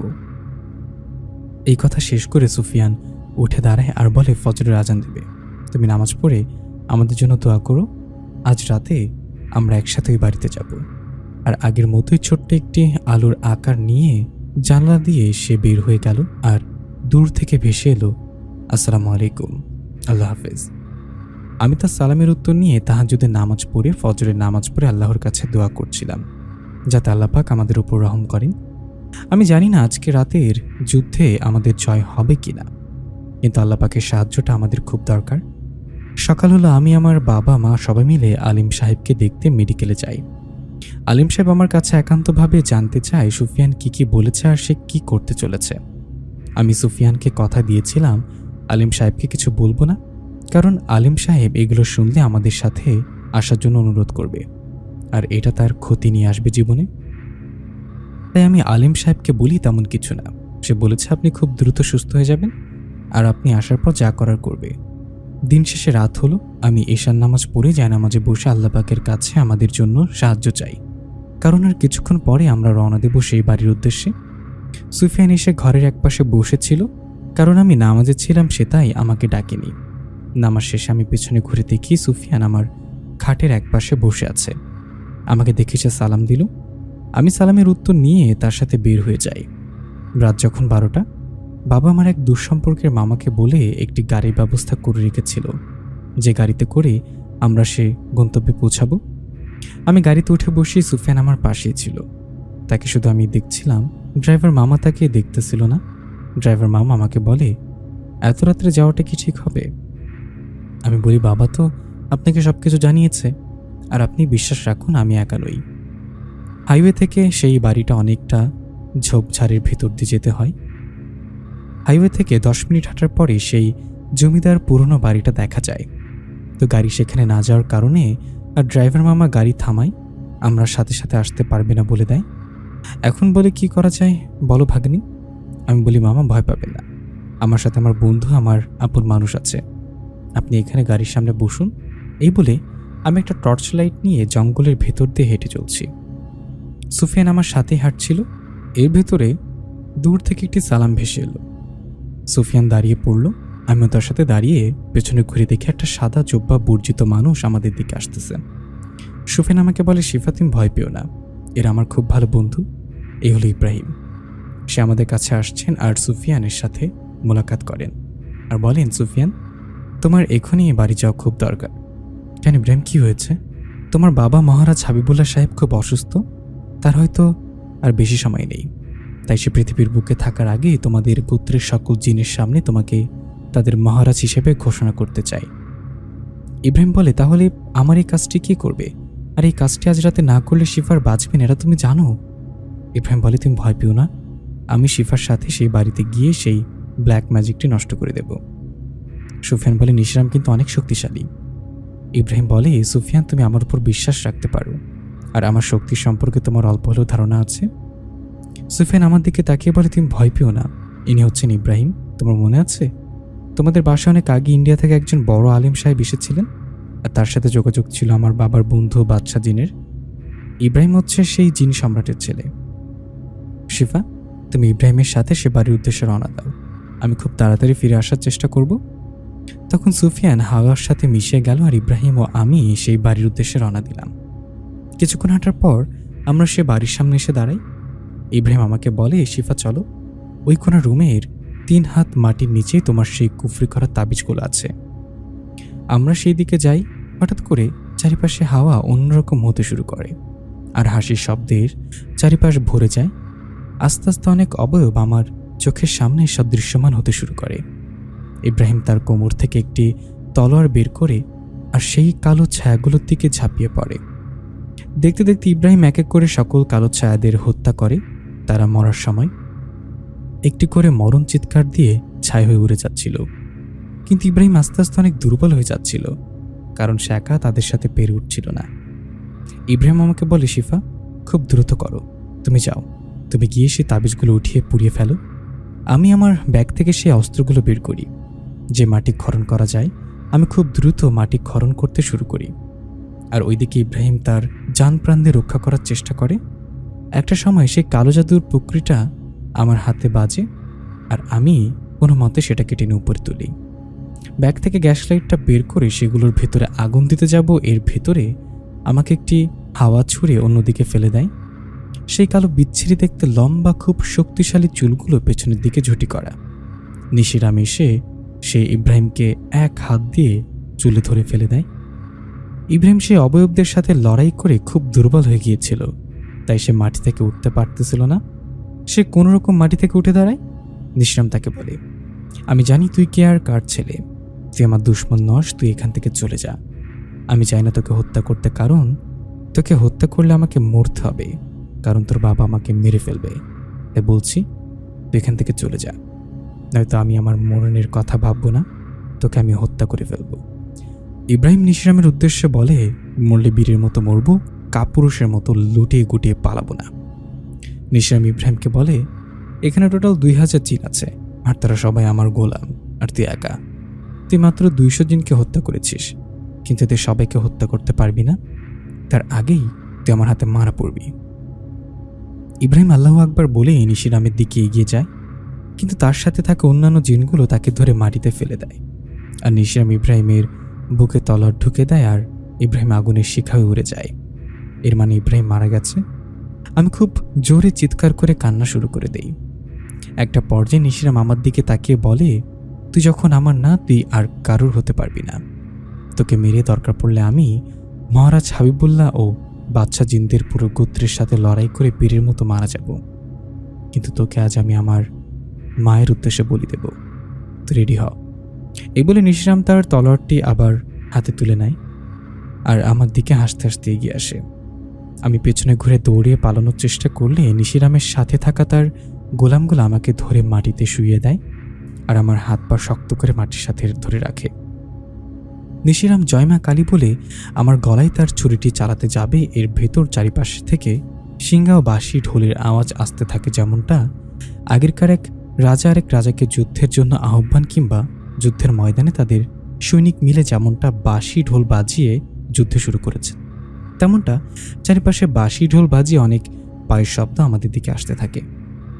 কিছুক্ষণের ভেতর চারপাশে অনেক অনেক মানুষ এসে জড়ো হয়, আর তাদের সবার শরীরেই যুদ্ধের পোশাক পরা, মাথায় পাগড়ি আর হাতে তলোয়ার। আমি বুঝতে পারছিলাম এনারা সবাই জিন, কিন্তু কারা এরা, আর কেন বা এখানে আমাকে তারা কেন বাঁচাতে এলো? কিছুক্ষণ পর তারা সেখানে থাকা সকল জিনের মাথা নিচু করে এক পাশ হয়ে দাঁড়িয়ে গেল, আর সেখান দিয়ে প্রবেশ করলো সুফিয়ান। কিন্তু এ কি, আমি এই সুফিয়ানের সাথে পরিচিত ছিলাম না। আমার সুফিয়ান এমন নয়। এই সুফিয়ানের পরনে ছিল রাজাদের পোশাক, আর হাতে ছিল তলোয়ার, আর চোখে ছিল অনেক রাগ। নিশিরামের উদ্দেশ্যে বলে, তুই অনেক বড় ভুল করেছিস। এখন থেকে আর 1 ঘন্টা আগে আমি নিজের বাবাকে কবরে নামিয়ে এসেছি, আর জানের থেকেও প্রিয় আমার বন্ধু ইব্রাহিমকে তুই হত্যা করলি। আসলে তুই নিজের মরণ নিজে ডেকে আনলি নিশিরাম। নিশিরাম কুকুরের মতো আকাশের দিকে তাকিয়ে কুকুরের মতো শব্দ করতে শুরু করলো, আর কিছুক্ষণের ভেতরেই অনেক শিয়াল ও কুকুর নিশিরামের বিছানায় এসে দাঁড়ায়, আর কুকুর শিয়াল থেকে মানুষের আকৃতি ধারণ করে। আসলে এরা সবাই ছিল নিশিরামের গোলাম, আর এরা সবাই ছিল বদ জিন। সুফিয়ানের কথায় তারা সাথে আসা একজন লোক আমাকে সেখান থেকে উঠিয়ে একটু দূরে নিয়ে যায়। আমি যখন সেখান থেকে চলে আসতে লাগলাম, আমি দূর থেকে শুনতে পাই সুফিয়ানও তার সাথীরা আল্লাহু আকবার বলেই সেই বদজিন নিশিরামও তার সঙ্গীদের ওপর ঝাঁপিয়ে পড়েছে। আমার মন মানতে ছিল না। আমি বারবার সেখানে ফিরে যাওয়ার চেষ্টা করলে এই জিনগুলো আমাকে যেতে দেয় না। বলে, দেখুন, আপনার সেখানে যাওয়াটা উচিত হবে না। তাছাড়া আপনাকে সঠিকভাবে আপনার বাড়িতে ফিরে আসার কথা আমাকে আমার মহারাজ সুফিয়ান বলেছেন, তাই আমি আমার মহারাজের কথা রাখতে বাধ্য। একটা পর্যায়ে আমি ফিরে আসি, আর আমার মামা আমাকে আহত দেখে সাথে সাথে আমাকে ধরে গাড়িতে উঠায় এবং উঠিয়ে ঢাকার উদ্দেশ্যে ব্যাক করে। আমি বাসে এসে কোনোভাবে নিজেকে সামলিয়ে নিজে পরিষ্কার হয়ে জায়নামাজে বসে পড়ি, আর আল্লাহ পাকের কাছে দোয়া করতে থাকি সুফিয়ানের যাতে কিছু না হয়। একটা সময় দূর থেকে একটি সালাম ভেসে আসে। সুফিয়ান আমাকে বলে, এই যুদ্ধে আমরা বিজয়ী হয়েছি। তুমি এই প্রক্রিয়াটি নষ্ট করে দিবে জ্বালিয়ে, আর তোমার জীবনের কোনো ক্ষতি হবে না। তুমি ধীরে ধীরে সুস্থ হয়ে যাবে শিফা। এই বলে সুফিয়ান মাটিতে বসে কান্না করতে শুরু করে। আমি তার কাছে গিয়ে তাকে সান্ত্বনা দিই, কারণ আমি জানি সে কেন কান্না করছিল। সে বলে, আমার বাবা আমাকে খুব ভালোবাসত, আর আমি আমার বাবাকেও হারালাম, ভাইয়ের মতো বন্ধুটাকে হারালাম। এখন আমি নিঃস্ব। সুফিয়ান অনেক কান্না করে নিজেকে সামলিয়ে উঠে দাঁড়ায়, আর আমাকে বলে, তুমি কাল আলিম সাহেবের কাছে গিয়ে বলবে তার 6 মাসের বাচ্চাটির কিছু হবে না। সে যেন চিন্তা না করে। আমি আমার পুরো ক্ষমতা দিয়ে চেষ্টা করব তার ছেলেকে ফিরিয়ে আনার। আমি এসবের কিছুই বুঝতে পারছিলাম না তার কাছে, কারণ জিজ্ঞাসা করব তার আগে সুফিয়ান কিছু না বলে হাওয়ার সাথে মিলে যায়। নিশিরাম তো শেষ, নাকি এখনো সে বেঁচে আছে? আর আলিম সাহেবের ছেলে মানেটা কি? আলিম সাহেবের বাচ্চার আবার কি হলো? আর কি হতে পারে? আমি কিছুই বুঝতেছিলাম না। আলিম সাহেবের সাথে সুফিয়ানের কি সম্পর্ক আর তার ছেলে কি করে নিখোঁজ হলো? সেদিন সুফিয়ান আমার থেকে চলে যাওয়ার পর সকালে আমি মেডিকেলে আলিম সাহেবের সাথে দেখা করি আর তার শিশু সন্তানের কথা জিজ্ঞাসা করে। সে আমাকে যা বলল, গতকাল রাতে তার স্ত্রী তার ছেলেটিকে নিয়ে তাদের বাসার রুমে ঘুমিয়েছিল। মাঝরাতে হঠাৎ করে তার দরজায় কেউ একজন লাথি মেরে খুলে ফেলে। আমার স্ত্রী ঘুম থেকে উঠে দেখেন অনেক লম্বা একটি লোক দাঁড়িয়েছিল, গায়ে ছিল লাল টকটকে গামছা। হয়তো সে একজন তান্ত্রিক ছিল। আর পেছন থেকে আরেকটি লোক বের হলো। কেন জানি মনে হচ্ছিল সেই লোকটি হাওয়ায় ভাসছে। সে লোকের চোখ দুটো জলজল করছিল আর চুলগুলো পেছনের দিকে ঝুটি করা ছিল। একটা সময় পেছনের লোকটি এসে এই তান্ত্রিকের উদ্দেশ্যে বলল, যা, ওর বাচ্চাটাকে নিয়ে আয় তাড়াতাড়ি। আশেপাশে মানুষ ডাকলেও কেউ সাড়া দিচ্ছিল না। তান্ত্রিক কোন একটি ব্ল্যাক ম্যাজিকের সাহায্যে সবাইকে গভীর নিদ্রায় পাঠিয়ে দিয়েছিল। তারপর সেই তান্ত্রিক তার বাচ্চাটি নিয়ে ঘর থেকে চলে যায়। এসব দেখে আমার বউ সেখানে জ্ঞান হারায় আর সকালে আমার কাছে এসে সব কিছু জানায়। আমি বলি, তাহলে কি সে নিশিরাম ছিল? আলিম সাহেব বলে, হ্যাঁ, সে নিশিরাম ছিল, কিন্তু তার সাথে থাকা তান্ত্রিকের এর বিষয়ে আমি কিছু জানি না।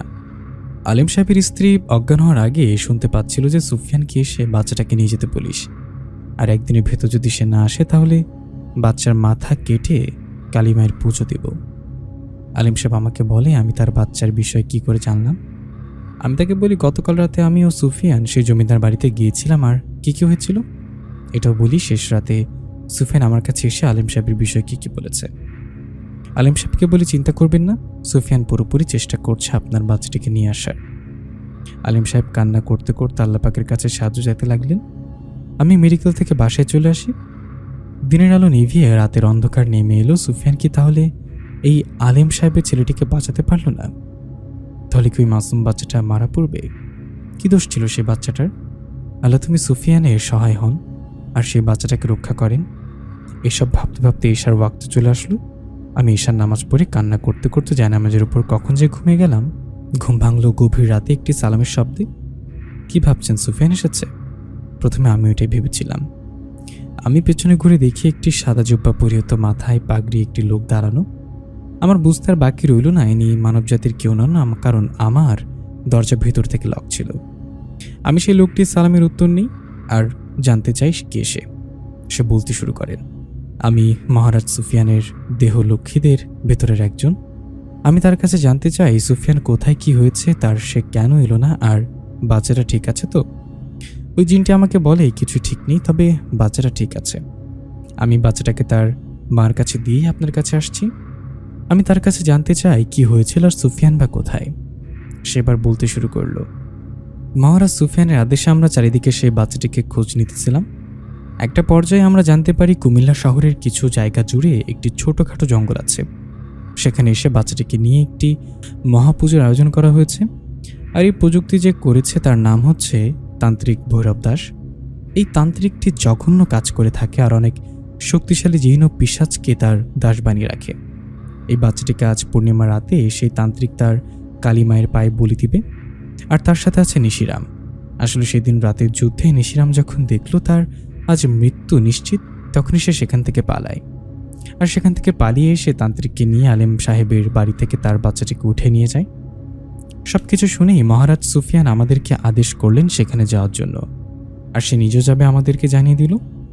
মহারাজ আরও বলল, আর যাই হোক না কেন সেই বাচ্চাটির কোনো ক্ষতি যেন না হয়। আমাদের জিন রাজ্য থেকে 10টি শক্তিশালী জিন ও মহারাজ সুফিয়ান নিজেও রওনা দিলেন সেই জঙ্গলের উদ্দেশ্যে। মাঝরাত হওয়ার আগেই আমরা পৌঁছে গেলাম সেইখানে, কিন্তু আমরা জানতাম না আমাদেরকে আসলে ফাঁসানো হচ্ছে।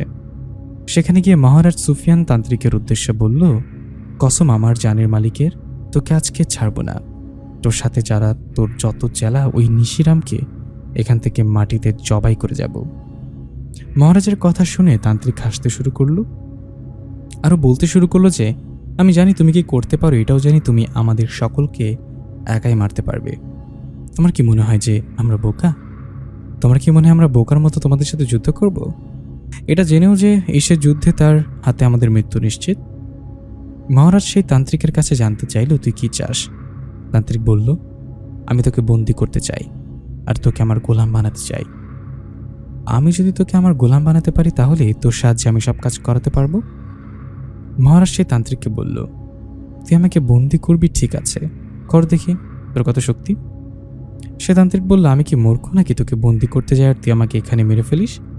তুই নিচে থেকে বন্দি হবি, নয়তো এই বাচ্চাটার গলা আমি এক্ষুনি কেটে দেব। এই বলে তান্ত্রিক সেই বাচ্চাটিকে একা হাতে নিল আর আরেকটি হাত একটি ধারালো ছুরি নিয়ে সে বাচ্চাটির গলায় ঠেকিয়ে রাখল। মহারাজ বুঝতে পারল সে বাচ্চাটাকে বাঁচাতে হলে তাকে বন্দি হতেই হবে, নয়তো সে তান্ত্রিককে সে বাচ্চাটি মেরে ফেলবে। মহারাজ আমার দিকে তাকিয়ে বলল, শিফাকে গিয়ে সবকিছু খুলে বলো, আর বলো আমাকে একমাত্র এখন সে বাঁচাতে পারবে। এবার মহারাজ সেই তান্ত্রিককে বলল, ঠিক আছে, আমি তোর দাস হতে রাজি আছি, কিন্তু তোর পেছনে দাঁড়ানো সেই নিশিরামকে আমার চাই।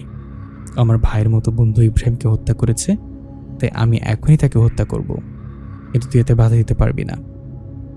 তান্ত্রিক বলল, আমি শুধু নিজেরটা বুঝি, তো যা ইচ্ছা কর, কিন্তু তুই আমার দাস হয়ে যা। নিশিরাম আতঙ্কে তান্ত্রিকের দিকে তাকিয়ে বলল, তুই এটা কি বলছিস? আমি এতদিন তোর উপকার করলাম আর তুই আমাকে মারা পথে গিয়ে দিলি?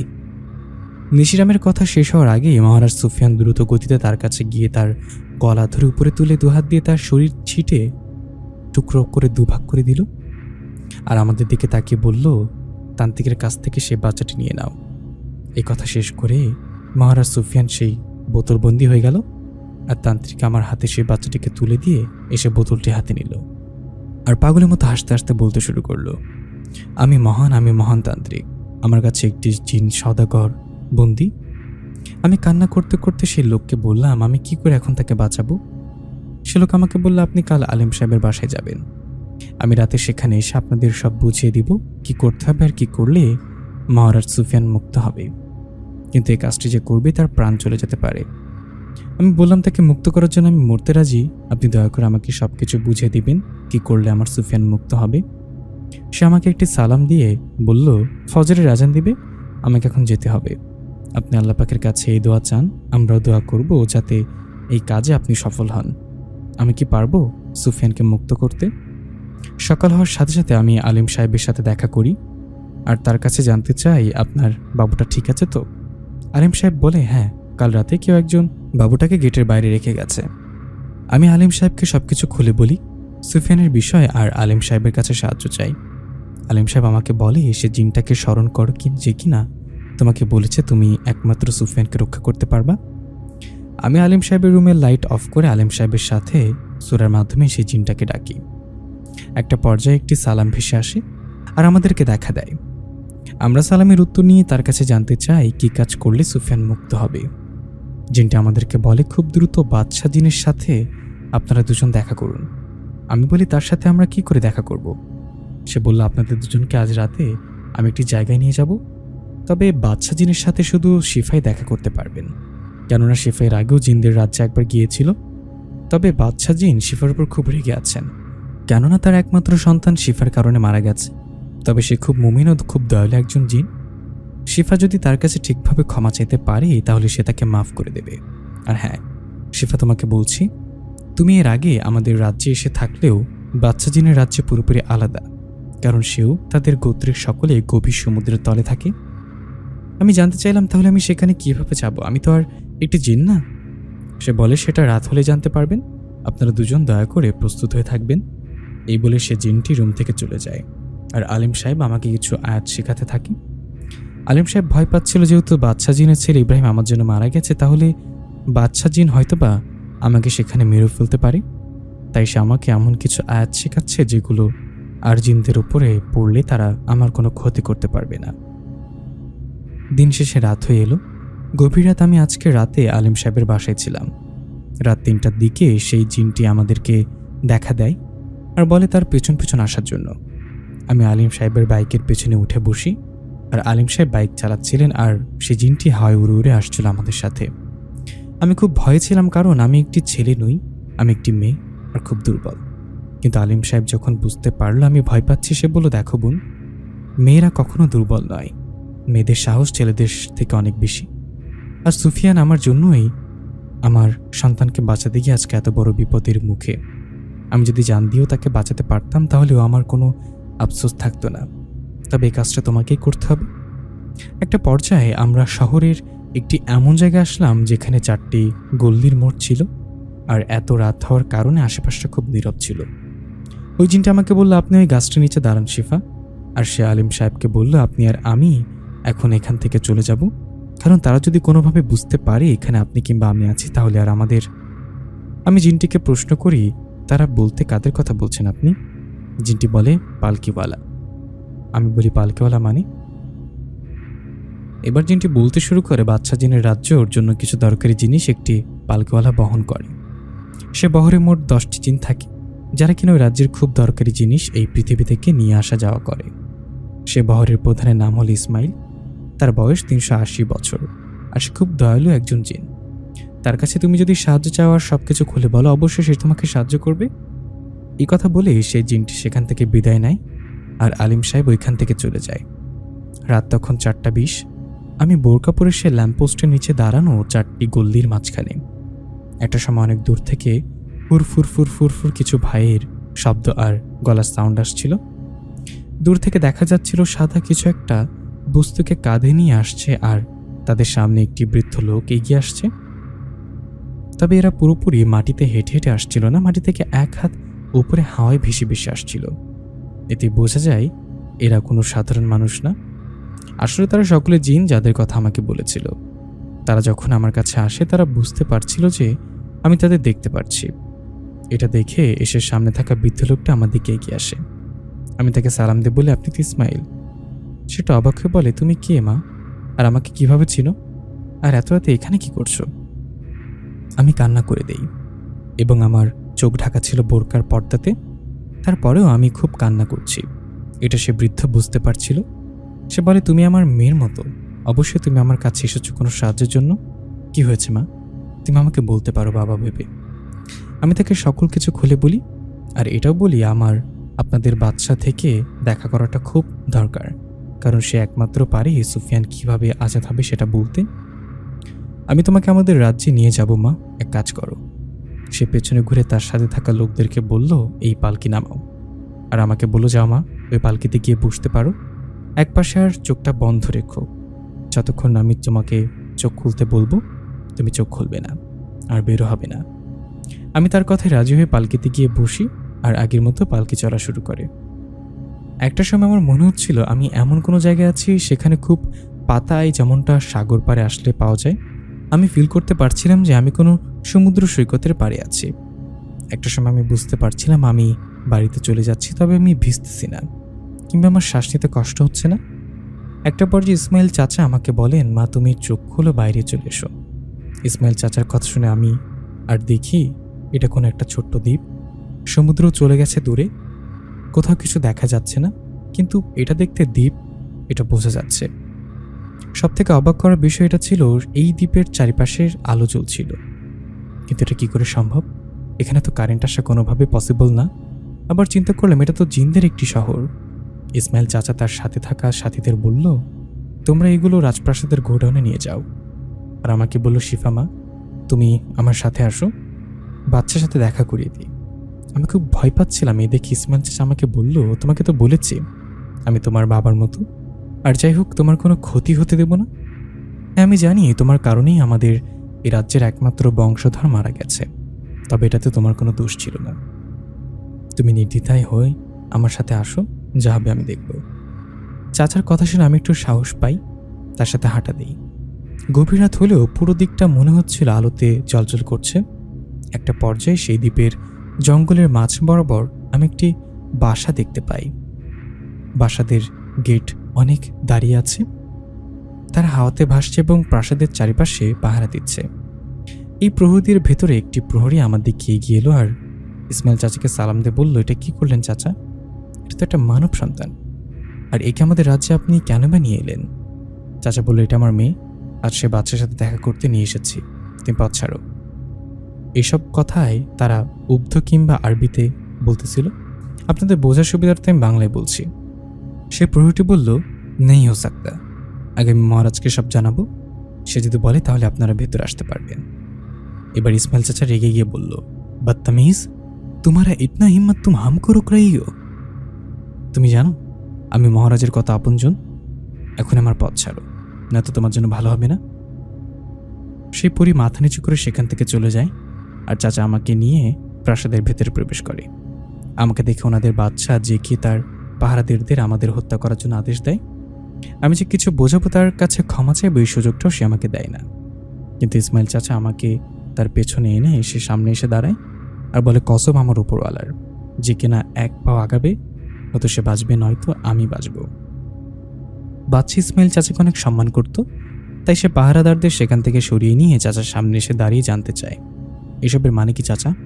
আপনি তো জানেন এই মেয়ের কারণে আজ এই রাজ্যের বংশধর এই পৃথিবীতে নেই। চাচা তাকে বলে, এর জন্য এই মেয়ে কোনোভাবেই যায় না। আল্লাহর পথ ইন্তেকাল করেছে, সে ইমানের সাথে শহীদ হয়েছে, সে অন্যজনের উপকার করতে গিয়ে নিজেই শহীদ হয়েছে। তাছাড়া মহারাজ, এটা আপনিও জানেন এখন এই মেয়েটি আমাদের রাজ্যের মেহমান, আর এই মেয়েটি আপনার কাছে ক্ষমা চাইতে এসেছে। সে ভুলের জন্য যে ভুল সে নিজে করেনি, সে আসলে জানতোই না ইব্রাহিম সেখানে মারা যাবে, আর সে ইব্রাহিমকে বলেও নি তার সমস্যার উপকার করতে, তার ভাই সুফিয়ানকে সাহায্য করতে। বাদশা এখন একটু শান্ত হয়ে আর বলল, বলো তোমার কি উপকার করতে পারি, কেন বে এখানে এসেছ? আমি কান্না করতে করতে তার কাছে সাহায্য চাই সুফিয়ানের জন্য, আর জানতে চাই কি করলে সুফিয়ান সে তান্ত্রিকের হাত থেকে রক্ষা পাবে।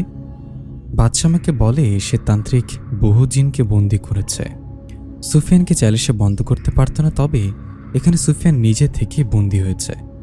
তুমি একটি কাজ করতে পারো, আজ থেকে একদিন পর পূর্ণিমার রাত, সে রাতে ওই তান্ত্রিক বড় করে কালী পূজা করে আর কালিমার সামনে আসন দিয়ে সারা রাত ধ্যান করে, কিন্তু তার সাথে থাকা কিছু জিন এসে তার বাসার চারিপাশে পাহারায় লাগিয়ে দেয়, যেন কেউ সেই বোতলটা না চুরি করে কিংবা কোনো জিনকে মুক্ত না করতে পারে। তবে তুমি 10টি লাল মোরগ জবাই করে রাতে এসে তান্ত্রিকের বাড়িতে যাবে, আর আমরা সেই স্থানগুলোতে একটি একটি করে মোরগ রেখে আসবো বাড়ির চারিপাশে। এতে সেই জিনগুলো ওই মোরগগুলো খেতে ব্যস্ত হয়ে যাবে এবং এই সুযোগে তুমি দ্রুত ওই সুফিয়ানকে মুক্ত করতে পারবে। কিন্তু তোমার হাতে সময় খুব কম থাকবে। সেই মোরগগুলো যদি তোমার সময়ের আগে তাদের খাওয়া হয়ে যায় তাহলে তারা তোমার উপর হামলা করবে।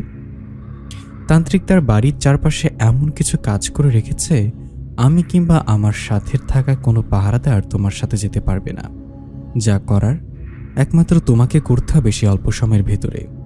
তো আমি জানতে চাই তারপরে আমি এখান থেকে বের হব কিভাবে? বাদশা বলে, তুমি যদি একবার সুফিয়ানকে মুক্ত করতে পারো তাহলে সে একাই সবকিছু সামলাতে পারবে। সে এখন আগে থেকে অনেক শক্তিশালী, কারণ সে এখন সাধারণ কোনো জিন না, সে এখন জিন সওদাগর। আর এই নাও একটি আয়াত, এই আয়াতটি পড়ে সে বোতলের মুখ খুলে ফেলো, তাহলে সুফিয়ান মুক্ত হয়ে যাবে ইনশাল্লাহ। কিন্তু এই কাজটি করতে গিয়ে তোমার মৃত্যু হতে পারে। আমি বলি যে কিনা আমারও সেই আলিমের কথা ভেবে নিজে বন্দী হয়ে গেল, তাকে মুক্ত করার জন্য যদি আমার মৃত্যু হয় তাহলেও আমি মৃত্যু হাসি মুখে মেনে নেব। বাদশা ইসমাইল চাচাকে বলে পালকিতে করে ওকে ওর বাড়িতে ফিরিয়ে দিয়ে আসুন, আর আমাকে বলে, আল্লাহ তোমার সহায়ক মা, আর আমার তোমার প্রতি কোনো রাগ নেই, তবে আমি যদি কোনো সাহায্য করতে পারি অবশ্যই করব। চাচা আমাকে নিয়ে বাসা থেকে বের হয়ে আসে আর তার সাথে থাকা সেই 10 জনকে বলে পালকি নিয়ে আসতে। তারা পালকি নিয়ে আসলে চাচা আগের মতোই আমাকে বলে, পালকিতে গিয়ে বস মা, আর চোখটি বন্ধ করে ফেল। আমি আগের মতোই পালকিতে গিয়ে বসি আর চোখ বন্ধ করে ফেলি। কিছুক্ষণের ভেতরে চাচা আমাকে বলো চোখ খুলে পালকি থেকে বেরে আসতে। আমি দেখি আমি সেই 4 রাস্তার মোড়ে সেই পিলারের কাছে দাঁড়ানো। আমাকে বলে, মা আল্লাহ তোমার সহায় হোক, আমাকে এখন যেতে হবে, তবে হ্যাঁ কখনো যদি কোনো বিপদে পড়ো তাহলে মনে রেখো তোমার আরেকটি বাবা এখনো বেঁচে আছে, আমাকে স্মরণ করো। আমি চাচাকে জড়িয়ে ধরে কান্না করে দিই আর তাকে বলি, আপনাকে অসংখ্য ধন্যবাদ চাচা, আপনি না থাকলে হয়তো আমি আজ বেঁচে ফিরতাম না। চাচা বলে, ধুর পাগলি, তুই তো আমার মেয়ে, আর মেয়ে কখনো বাবাকে ধন্যবাদ দেয় না। নিজের খেয়াল রাখিস আর ভয় পাস না, কালকে হইচই হবে ইনশাল্লাহ। এই বলে চাচা তার পালকি ও পালকির সাথে থাকা লোকদের নিয়ে ভাসতে ভাসতে অদৃশ্য হয়ে যায়। আর ভোরের আলো ফুটে আর আলিম সাহেব খুব দ্রুত আমাকে ওইখান থেকে বাসে পৌঁছে দেয়। আমি বাসে এসে প্রস্তুত হচ্ছে আজ রাতের জন্য। আমি কি পারবো এই কাজটি করতে, নাকি আমি মারা পড়ব সেই তান্ত্রিকের পাহারাদার নরক খাদক জিনদের হাতে? সকালে আলিম সাহেবের বাসায় এসে আমি আলিম সাহেবকে বলি কি করতে হবে। আমার কথা মতো আলিম সাহেবে 5টি মোরগ কিনে নিয়ে আসে। দেখতে দেখতে রাত হয়ে গেল। আমি আলিম সাহেবের রুমে বসেছিলাম। সে জিনটা আমাদেরকে দেখা দেয়, শিফা চলো, তোমাকে আমি সেই সীমানার আগ পর্যন্ত এগিয়ে দিয়ে আসি, আর বাকিটা তোমাকে একাই করতে হবে। আমি কিংবা অন্য কোনো জিন সেই সীমানার আগে যেতে পারবে না। তান্ত্রিক তার ক্ষমতার মাধ্যমে চারিপাশ বন্ধ করে রেখেছে। আমি বললাম ঠিক আছে চলেন। আলিম সাহেব আমাকে বলল তাহলে আমিও আসি। আমি তাকে বললাম এই যুদ্ধটা আমার, আমি বাঁচব না মরে যাব সেটা আমি জানি না। আমি চাই না আমার সাথে আপনিও মারা পড়েন। তার থেকে ভালো আপনি এখানে আল্লাহ পাকের কাছে আমার জন্য দোয়া করবেন যাতে আমি এই কাজে সফল হতে পারি। এই কথা বলে আমি বের হয়ে গেলাম। সেই জিনটি হাওয়ার মাধ্যমে ভাসছিল আর আমাকে বলছিল কোথায় যেতে হবে। আমি তার কথা মতো একটি বাসে উঠে পড়ি। রাত তখন 8টা বাজে। আমি যখন বাস থেকে নামি তখন রাত 12:30 বাজে। বাসের কন্ডাক্টর আমার কাছে জানতে চায় এত রাতে আপনি একটি মেয়ে হয়ে নিঝুম জায়গায় কেন নামলেন। আরও বলে এদিকে তেমন কোনো বাসা বাড়ি নেই, আপনি কোথায় যাবেন আপু বলেন, আমরা না হয় এগিয়ে দিয়ে আসি। আমি তাদের বলি না ভাই, আপনারা চলে যান এখান থেকে, খুব কাছে আমার এক আত্মীয়র বাসা আছে, আমি সেখানে যাচ্ছি। কন্ডাক্টর আমাকে বলে আপু আপনার বাজারে ব্যাগে হয়তো মাছ কিংবা মুরগি আছে, দেখতেছি রক্ত টপটপ করে পড়ছে। আমি বললাম হ্যাঁ, আত্মীয়র বাসায় এসেছি, খালি হাতে আসা যায় ভাইয়া বলেন। তার আমাকে একটু সতর্ক করে বলল আপু জায়গাটা কিন্তু ভালো না, খুব তাড়াতাড়ি আপনি আপনার লক্ষ্যে পৌঁছান। এই কথা শেষ করে গাড়িটি রাস্তা দিয়ে সোজা চলে গেল। আমার সাথে থাকা সেই জিনটি আমাকে বলল কোন দিকে যেতে হবে। আমি রাস্তা ছেড়ে নিঝুম জঙ্গল ও ঝোপঝাড় দিয়ে হাঁটছি। একটিবার কল্পনা করেন তো একটি মেয়ের জন্য এই বিষয়টা কতটা ভয়ানক হতে পারে। একটা সময় দূর থেকে আগুনের শিখা দেখা যাচ্ছিল, তার সাথে ঢোল ও ঘণ্টার শব্দ শোনা যাচ্ছে। তো মনে হচ্ছিল কেউ একটা পুজো করছে। আমার বুঝতে বাকি রইল না ওইটা সেই তান্ত্রিক আর আমার সময় এখন শুরু হয়ে গেছে। আমার সাথে থাকা সেই জিনটি বলল এর আগে আমি আর যেতে পারবো না। আমি সেখান থেকে একাই চলা শুরু করি। কিছু দূর আগাতে তান্ত্রিকের ঘরটি আমার চোখে ভেসে ওঠে। বাচ্চা জিনের কথা মতো আমি সেই ঘরে চারপাশে 4টি মোরগ ছুঁড়ে মারি। আমি যে যে জায়গাগুলো মোরগ ছুঁড়ে মারছিলাম মনে হচ্ছিল কুকুরের মতো কিছু একটা দৌড়ে সেগুলো খাচ্ছিল।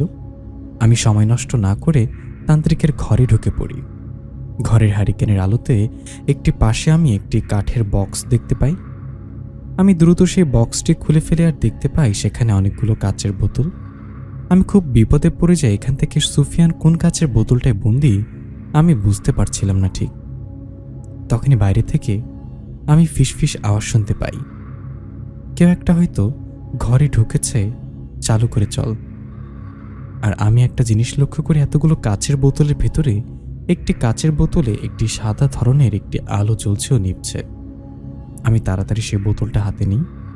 আমি দেখতে পারি বোতলের ভেতরে সুফিয়ান খুব ছোট আকারে একটি শিকলের মাঝে বাঁধা, সে অজ্ঞান হয়ে পড়ে আছে। আমি তাকে কয়েকবার ডাক দিলে সে জ্ঞান ফিরে পায়। আর এদিকে 4টি কালো কম্বল লম্বা ছায়া ঘরে প্রবেশ করে। তাদের কোনো শরীর ছিল না, মনে হচ্ছিল কালো ধোঁয়ার মতো বাতাস ভাসছে, কিন্তু তাদের চোখের জায়গায় 2টি আগুনের গোলার মতো জ্বলজ্বল করছিল। তারা আমার দিকে তাকিয়ে এগিয়ে আসছে। আমি খুব ভয় পেয়ে যাই। ওইদিকে সুফিয়ানকে আমাকে বলে তুমি বোতলটাকে মাটিতে ফেলে দাও। আমি ভয় কিচ্ছু করতে পারছিলাম না, আমার হাত পা অবশ হয়ে যাচ্ছিল। আমি পাথরের মূর্তির মতো সেই ছায়াদের দিকে তাকিয়েছিলাম। সুফিয়ান আমাকে বলে শিফা ভয় পেও না, কাচের বোতলটি মাটিতে ফেলো, না হয় তুমিও আমিও কেউ বাঁচব না। আমি চোখ বুজে আল্লাহ আকবার বলে কাচের বোতলটি মাটিতে ফেলে দিই আর সাথে সাথে জ্ঞান হারাই। কতক্ষণ অজ্ঞান হয়ে পড়েছিলাম আমি জানি না, তবে আমার যখন জ্ঞান ফিরে আমি দেখি আমি সুফিয়ানের কোলে ঘুমিয়ে আছি। আমি খুব ছোট্ট একটা পাহাড়ের মাঝে আছি। আকাশে পূর্ণিমার চাঁদ, চারপাশেও মাতাল হাওয়া, পরিবেশটা খুব নিরিবিলি। সুফিয়ানের শরীরে এখন আর রাজকীয় পোশাক নেই, একটি সাদা পাঞ্জাবি ঠিক আগের মতো। সে যখন বুঝতে পারলো আমার জ্ঞান ফিরে এসেছে, সে আমার দিকে একটি মুচকি হাসি দিয়ে আমাকে উঠে বসতে বলল। আমি উঠে বসে তার কাছে জানতে চাই আমি এখানে কেন আর সেখানে কি হয়েছে। সে আমাকে বলে তুমি যদি তখন বোতলটা না ফেলতে তাহলে হয়তো আমি তোমাকে হারিয়ে ফেলতাম। তোমার হাত থেকে যখন বোতলটি মাটিতে পড়ে যায় তখন আমি মুক্ত হয়ে যাই, আর সাথে সাথে সে 4টি জিনকে হত্যা করে সেই তান্ত্রিককে উচিত শিক্ষা দিই। আমি জানতে চাইলাম তাহলে কি তুমি তান্ত্রিক কে মেরে ফেলেছ? না, আমি তাকে হত্যা করিনি, তবে সে বক্সে থাকা আরও হাজার হাজার জিন যেগুলোকে তুমি কাচের বোতলে বন্দি থাকতে দেখেছিলে, সেই তান্ত্রিকের কারণে তারা বহু বছর ধরে এসে এই বোতলে বন্দি আছে। আমি শুধু তাদের সবাইকে মুক্ত করে দিয়েছি। পরবর্তীতে যা করার তারা নিজেরাই তান্ত্রিকের সাথে করে ফেলেছে। তান্ত্রিক অর্থে লোভ করে ফেলেছিল। সে ভেবেছিল আমার মতো একটি জিন সর্দারকে বন্দি করে সে অসীম ক্ষমতা পেয়ে গেছে, কিন্তু সে ভুলে যাচ্ছে সে যদি সেই পাথরের মুক্তি কিংবা জিনদের কাছে ক্ষমতার আশা না করে উপরওয়ালার কাছে কিছু চাইতো, তাহলে সে সেটা পেয়ে যেত। যাই হোক, বাধ্য এসব কথা। তোমার না পাহাড় খুব ভালো লাগে, তাই আমি তোমাকে পাহাড়ে নিয়ে আসছি। আমি সুফিয়ানকে বললাম, তুমি তো এখন একটি রাজ্যের রাজা, তোমার কথা এখন হাজার হাজার জিন ওঠে আর বসে, তোমার আদেশের অপেক্ষায় থাকে তোমার রাজবাসীরা। আমি চাই না তুমি আমার কাছে প্রতি রাতে আসো, আর এখন তোমার মাথা অনেক দায়িত্ব। তবে হ্যাঁ, আমি চাই তুমি আমার সকল বিপদে আমার পাশে থাকবে। আর আমি আজ থেকে একটি সিদ্ধান্ত নিয়েছি। সুফিয়ান আমার কাছ থেকে জানতে চায় কি সিদ্ধান্ত নিলা। আমি বললাম, আজ থেকে আমি দিনের পথে চলবো, একটু কাজ করব। সে আমার কাছে জানতে চায় কি কাজ করতে চাচ্ছ তুমি। আমি বললাম, এই দুনিয়াতে তোমার মতো যেমন ভালো জিনেরা আছে, তেমনই খুব বাজে ধরনের জিনেরাও আছে। আমার আশেপাশে যেসব মা ও বোনেদের অন্য কেউ কালো জাদুর মাধ্যমে জিন চালানো কিংবা কোনো জিন যদি তাদেরকে বশ করে, তাহলে আমি সাহায্য করব। তুমি আমাকে তোমার কিছু শক্তিশালী জিনদের সাহায্য করতে বলবে, আমি যেন তাদেরকে স্মরণ করার সাথে সাথে চলে আসে। আর যদি কখনো খুব বড় বিপদে পড়ে যায়, তখন আমি তোমাকে স্মরণ করব। আসবে তো সুফিয়ান আমার সাহায্য করতে? সে একটি মুচকি হাসিতে বলল, তুমি ভুলে যাচ্ছ হয়তো আমি তোমাকে অনেকটাই ভালোবাসি। আর সব ভালোবাসা শারীরিক সম্পর্ক হয় না, কিছুটা ভালোবাসা মনের পুরো শহর জুড়ে থাকে। তাছাড়া তুমি আল্লাহর পথে চলতে চাচ্ছ, মা ও বোনেদের সাহায্য করতে চাচ্ছ, আমি আমার রাজ্যের সব থেকে শক্তিশালী দুটি জিনকে তোমাকে উপহার দেব। আর কখনো যদি কোনো বিপদে পড়ো, মনে করো হয় এটা তোমরা পারবে না, তাহলে অবশ্যই আমাকে স্মরণ করবে। এক চুটকির ভেতর আমি হাজির হয়ে যাব। ফজরের আজান দেবে কিছুক্ষণের মধ্যে, চোখ বুঝ, আমি তোমায় বাসায় দিয়ে আসি। আমি তাকে বললাম, তাহলে কি এটা মায়া, না আমি কি আসলেই পাহাড়ের উপরে আছি? সে বলল, সব কিছু মায়া হয় না, তুমি চোখ বুঝো, আমি তোমাকে তোমার বাসায় দিয়ে আসতেছি। আমি সুফিয়ানের কথা মতো চোখ বুঝে ফেলি। আমি ফিল করতে পারছি আমি হাওয়ায় ভেসে ভেসে যাচ্ছি। সুফিয়ান আমাকে কোলে করে হাওয়ায় ভেসে আমার বাসার সামনে দিয়ে আসে আমায়। সে আমাকে বলে, অনেক পরিশ্রম করছো, এখন গিয়ে একটু বিশ্রাম নাও। আর হ্যাঁ, যতই আমি এখন একজন রাজা হই না কেন, যখনই আমার মন খারাপ থাকবে আমি তোমার সাথে দেখা করতে আসব। এটা বলে সে হাওয়ায় মিলিয়ে গেল আর দূর থেকে ভেসে এল, আল্লাহ হাফিজ, আসসালামু আলাইকুম। আমি সালামের উত্তরটা নিয়ে বাসায় প্রবেশ করি। এভাবে অনেক দিন কেটে যায়। সুফিয়ানের কথা মতো এখন আমার কাছে খুব শক্তিশালী দুজন জিন আছে, তবে আমি এখনও কাজ করিনি, কোনো কার উপকারও করতে পারিনি, কারণ আমি কোনো কবিরাজ না। তবে একদিন আমার আম্মা আমাকে বলে, তো চাচাতো বোন খুব পাগলামি করে তার বিয়ে ঠিক হলে সে আত্মহত্যা করতে চায়। আমাদের সবারই মনে হয় সে যখন আত্মহত্যা করতে চায় তখন সে সাধারণ মেয়ে থাকে না। তো চাচারা কিছু হুজুরের সাথে কথা বলেছে, অনেকে তোর বোনকে নাকি ব্ল্যাক ম্যাজিক করা হয়েছে বলছে। তুই যখন সিদ্ধান্ত নিয়েছিস যে তুই মানুষের উপকার করবি, তাহলে তোর বোনটাকে একটু দেখতো, দেখলে না খুব ভালো হতো। আমি মাকে ঠিক আছে বলে গতকাল আমরা দেশের বাড়িতে যাব, আর আমি পবিত্র কোরআনের কিছু আয়াতের মাধ্যমে চেষ্টা করে দেখতে পারি। সুফিয়ান আমার কথা মতো তার রাজ্যের সব থেকে শক্তিশালী দুইটা জিন, রফিক ও শফিক, যারা কিনা আপন দুই ভাই ছিল, তাদেরকে আমায় উপকার করে আর বলে, শিফা তুমি এদের মাধ্যমে মানুষের উপকার করতে পারবে, তবে তোমায় একটি কথা দিতে হবে। কি কথা? আমি বলি, কি কথা? সে বলে, দেখো শিফা, তোমাদের ভিতর যেমন শাসকের উপরেও শাসক থাকে, তেমনি একইভাবে আমাদের যাবতীয় শাসকের উপরে শাসক আছে। তোমাদের ভিতরে যেমন শক্তিশালী মানুষ ও দুর্বল মানুষ আছে, আমাদের ভিতরেও শক্তিশালী জিন ও দুর্বল জিন আছে। তুমি যদি কখনো এমন কোনো জিনিসের সম্মুখীন হও যে কিনা আমার থেকেও শক্তিশালী, তাহলে তুমি সে কাজটি হাতে নেবে না, তুমি সেখান থেকে ফিরে আসবে। আমি তাকে কথা দিই, ঠিক আছে। সুফিয়ান রফিক শফিককে উদ্দেশ্য করে বলে, তোমরা শিফার বাড়ির কাছাকাছি থাকবে, শিফা যখনই তোমাদেরকে স্মরণ করবে তোমাদের যেন দেরি না হয় তার কাছে যেতে। রফিক সঠিকভাবে, ঠিক আছে মহারাজ, যেমনটা আপনি বলবেন। এভাবেই কেটে যায় কিছুদিন। একদিন সকালে আমার মা আমার কাছে এসে আমার চাচাতো বোনের কথা বলে, যাকে কিনা একটি জিন প্রজেস করেছে, আর বলে, তুমি কি পারবে তোমার চাচাতো বোনটিকে সুস্থ করতে? আমি আমার মাকে বলি, ঠিক আছে মা, তাহলে আমরা গতকালই চাচার বাড়ির উদ্দেশ্যে রওনা দেব, আর আমি চেষ্টা করব আল্লাহ পাকের পবিত্র কালাম থেকে আমার বোনকে সুস্থ করার। মা আরও বলে, অনেক বড় বড় হুজুর চেষ্টা করেছে, অনেকবার রোকেয়াও করেছে, তবে সে জিনটি নাছোড় বান্দা। সে জিনটি বলছে যদি তোমার বোনকে বিয়ে দেওয়ার চেষ্টা করা হয় তাহলে সে তোমার বোনকে মেরে ফেলবে। আমি বলি, হায়াত মত আল্লাহর উপর, আমরা কাছে গিয়ে দেখি তো। আমার চাচাতো বোনের নাম তুলি, খুবই মিষ্টি দেখতেও, খুবই ভদ্র একটা মেয়ে সে। আর তার উপরে এত বড় একটি বিপদ, বোন হয়ে কিভাবে সাহায্য না করে থাকি। কথা মতো পরের দিন আমি, আমার মা, বাবা আমাদের গ্রামের বাড়িতে আসি। আমরা আসতে আসতে আছর হয়ে যায়, তাই আমি বলি আমি মাগরিবের নামাজ পড়ে তুলির সাথে একান্তভাবে কথা বলতে চাই। আমার চাচারা বলে, তুই কি করবি শিফা? তুই তো আমাদের মেয়ের মতো একটি সাধারণ মেয়ে, কত বড় বড় হুজুররা এই বাড়ি থেকে ফিরে গেল খালি হাতে। আমি বলি, চাচা, এখন আমি কোনো সাধারণ মেয়ে না, আপনি সময় হলেই বুঝতে পারবেন আমার ভেতর কতটা পরিবর্তন এসেছে কয়েক বছরে। আমার চাচা যেন খুব অবাক হলো। আমার বাবা তাকে বলল, ভাইজান আপনি চিন্তা করবেন না, আপনি আমার সাথে আসেন, আমি আপনাকে বিস্তারিত খুলে বলছি। আমি মাগরিবের নামাজ পড়ে রফিক ও শফিককে স্মরণ করি, তার আমার সামনে দেখা দেয়, আর বলি, এখানে কে আছে একটু খোঁজ নিয়ে দেখেন তো। সে বলে, আমাদের একটু সময় দেন, আমরা দেখছি বাসায় কার চলাচল আছে। তারা ইশারের পরে আসে আর আমাকে বলে, আমাদের কিছু করতে হবে না, আপনি শুধু আপনার বোনের ঘরে যান, সে আপনাকে দেখিয়ে ভয়ে এখান থেকে চিরতরে পালাবে। আমি তাদের কাছে কারণটা জানতে চাই, আর সে জানালো আসলে কে। সে বলে সে একটি পিশাচ, সে আপনাদের চাচার বাড়ির পাশের পুকুরের তালগাছে থাকে, আর রাতের বেলা এখান থেকে মাছ উঠিয়ে খায়।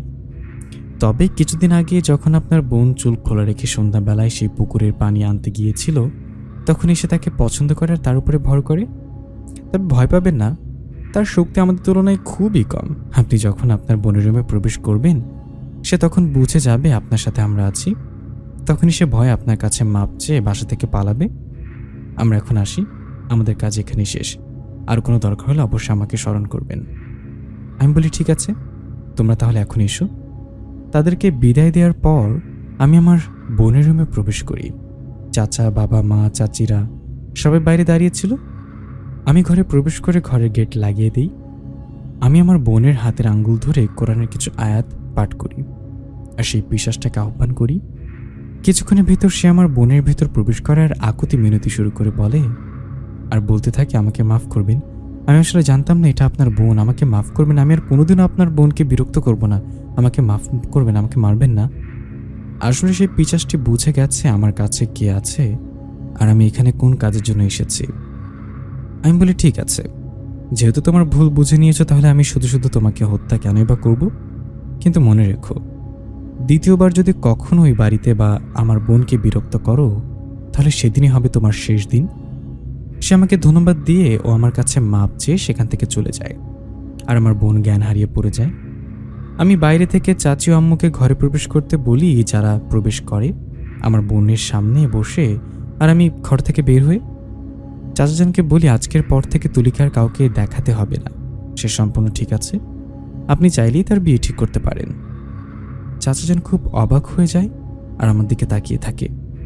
যেহেতু অনেকদিন পরে আমরা গ্রামের বাসে এসেছি, তাই চাচা এত তাড়াতাড়ি আমাদের ছাড়তে চাচ্ছিল না, তাই বাধ্য হয়ে কিছুদিন গ্রামে থাকবে এটা সিদ্ধান্ত নেই।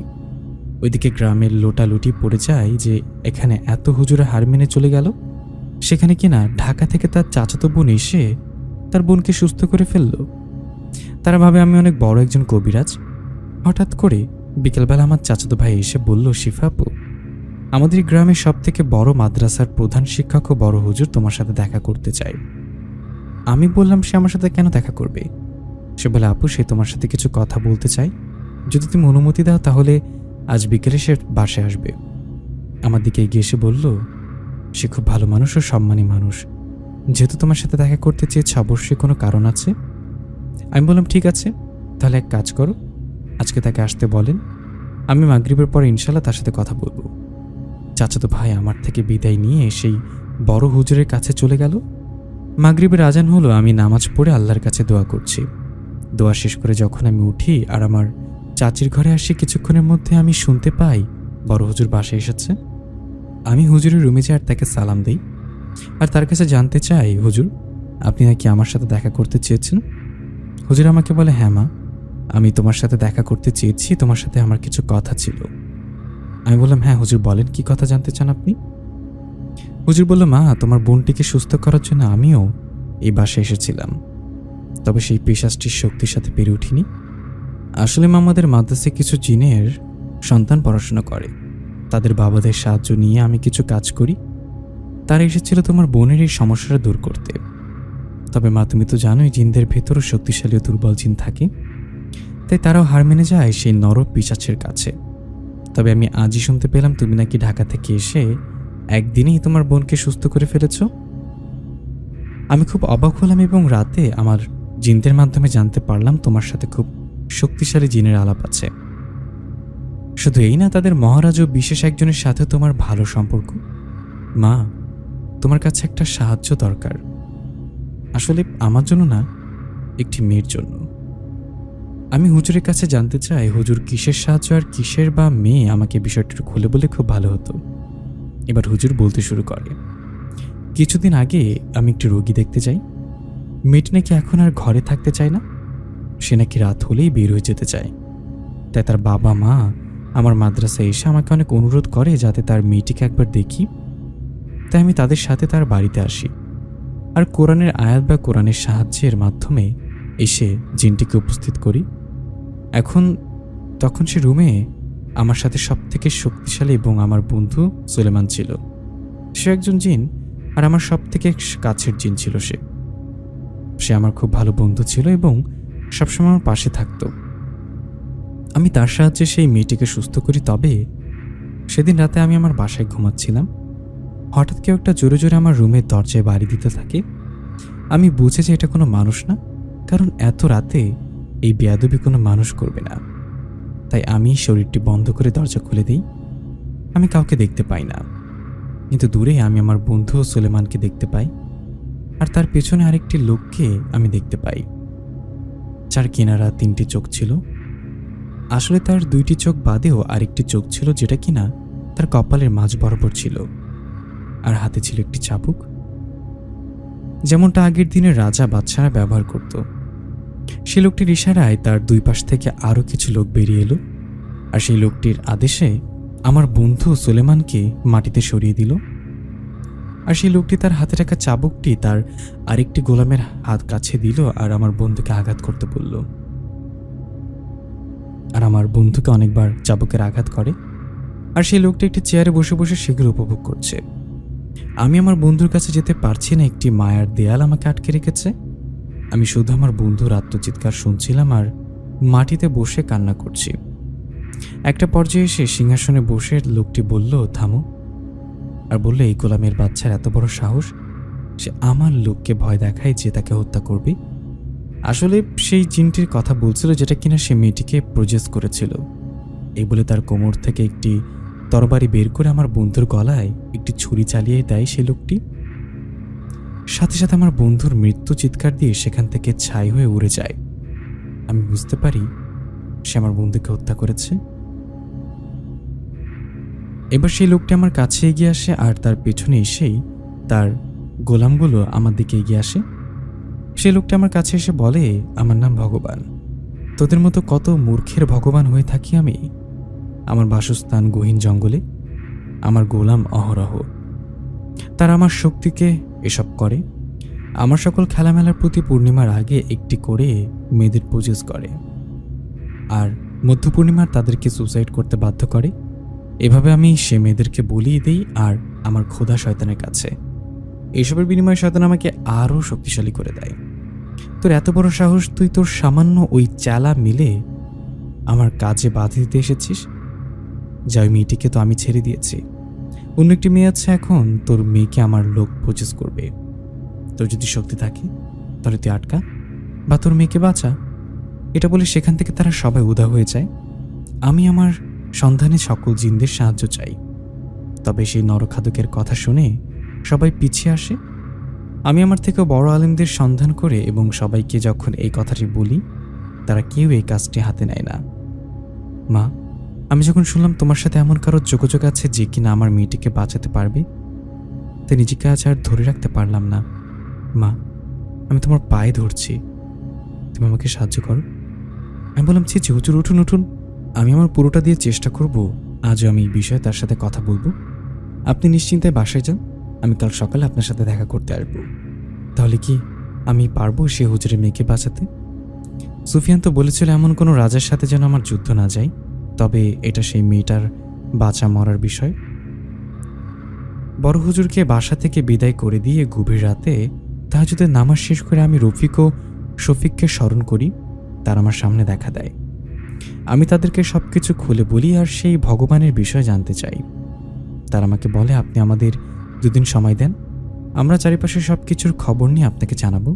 তারপর তারা বিদায় নিয়ে চলে যায়। ভাবছিলাম সুফিয়ানকে স্মরণ করবো, আবার ভয় ভয় করছিলাম না, কারণ সে আমাকে আগেই মানা করেছিল এমন কারোর সাথে যুদ্ধে যেন না যাই আমি। পরদিন সকাল হলো, খুব সকালে বড় হুজুর আমাদের বাসায় চলে এসেছেন। সে আমার সাথে দেখা করতে চাচ্ছিল, আমি তার সাথে দেখা করি এবং সে আমাকে বলে, আমার বাসায় খুব তাড়াতাড়ি এসো মা, আমার মেয়েটার অনেক বড় ক্ষতি হয়ে গেছে, তাকে প্রজেস করে ফেলেছে। আমি যত কোরআনের আয়াত পড়তাম সব কিছু দিয়েই চেষ্টা করেছি, কিন্তু তাকে আমি রক্ষা করতে পারছি না।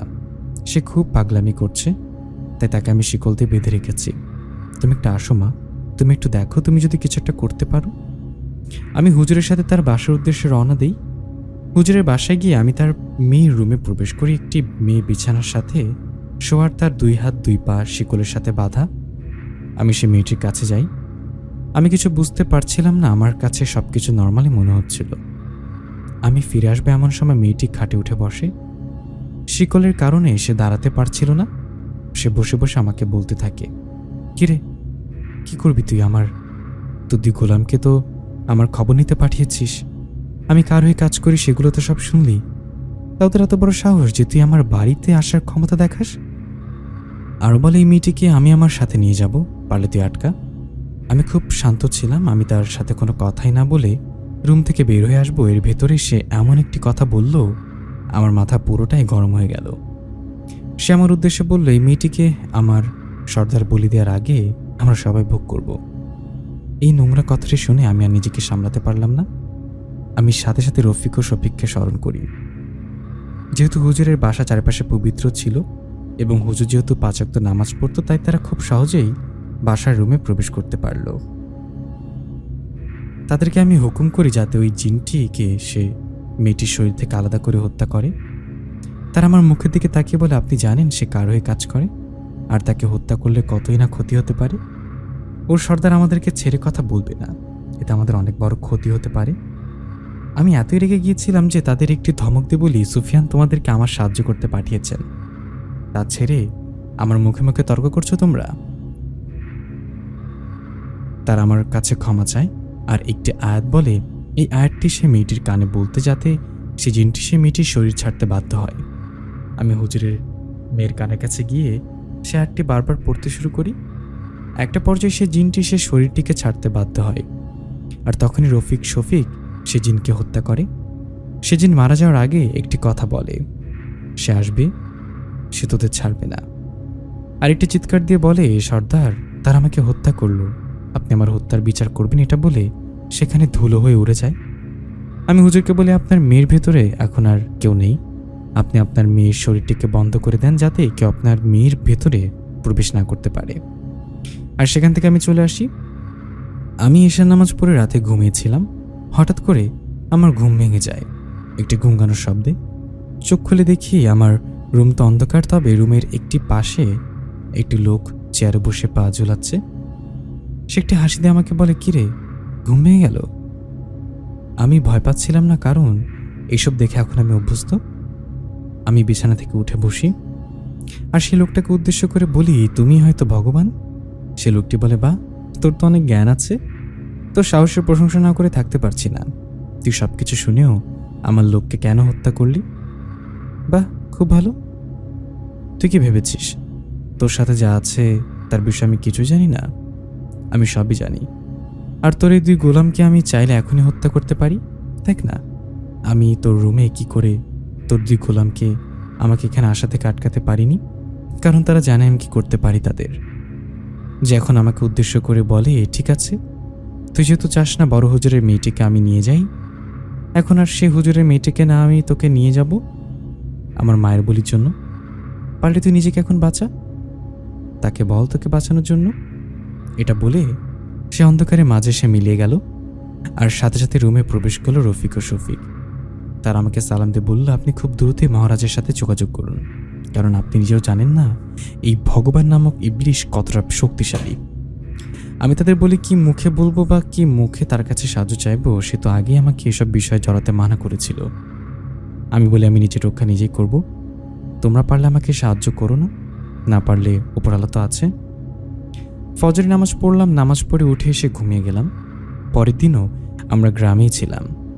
তো রাত হওয়ার সাথে সাথে আমি আমার রুমে এসে ফোন টিপছি। একটা সময় আমার রুমের সামনে একটা ভিখারি আসলো আর কিছু ভিক্ষা চাইতে লাগলো। আমি সেই বৃদ্ধ ভিখারির দিকে এগিয়ে গিয়ে তাকে কিছু টাকা দিই। বৃদ্ধ ভিখারি আমার দিকে তাকিয়ে বলে, কিরে, আর বেশি সময় নেই, খুব দ্রুতই তোকে নিয়ে যাব আমরা। এই কথা শেষ করে তার ভিক্ষার ব্যাগ থেকে একটি কাটা মাথা আমার হাতে ধরিয়ে দেয়। আমি দেখলাম এই মাথাটি আমার বাবার। এসব দেখে আমি খুব জোরে একটু চিৎকার করি আর সেখানে অজ্ঞান হয়ে পড়ে যাই। মধ্যরাতে আমার জ্ঞান ফেরার পর দেখি আমার পাশে আমার মা শোয়া, আর ঘরের একটি পাশে সেই লোকটি চেয়ার নিয়ে বসে আছে। তার চেহারাটা দেখা যাচ্ছে না অন্ধকারের কারণে। সে লোকটি আমার উদ্দেশ্যে বলে, এইটুকু তো ভয় পেয়ে গেলি তুই? তুই তো মানুষের চিকিৎসা করিস, তোর সাহস একটু বেশি থাকা দরকার ছিল। এটা বলে সে তার চেহারাটি আমাকে দেখায়। তার চোখের জায়গায় কোনো চোখ ছিল না, একটা বিচ্ছির একটি হাসি দিয়ে আছে, আর পরনে একটি সাদা ধুতি। সে আমাকে বলে, খুব দ্রুতই তোকে আমি বলি দেব। এটা বলে সে আমার হাত ধরে বাইরে টানতে টানতে নিয়ে আসে। আমি দেখি আমাদের উঠানে 3টি লাশ, আর লাশের পাশে তাদের কাটা মাথা। মাথাগুলো দেখে আমি বুঝতে পারলাম একটি লাশ আমার বাবার ও আমার চাচার ও আমার চাচাতো ভাইয়ের।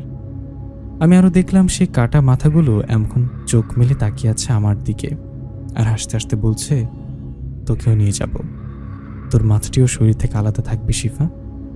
আমি আর এসব নিতে পারছিলাম না, তাই অজ্ঞান হয়ে যাই। কি হচ্ছে আমার সাথে তাহলে?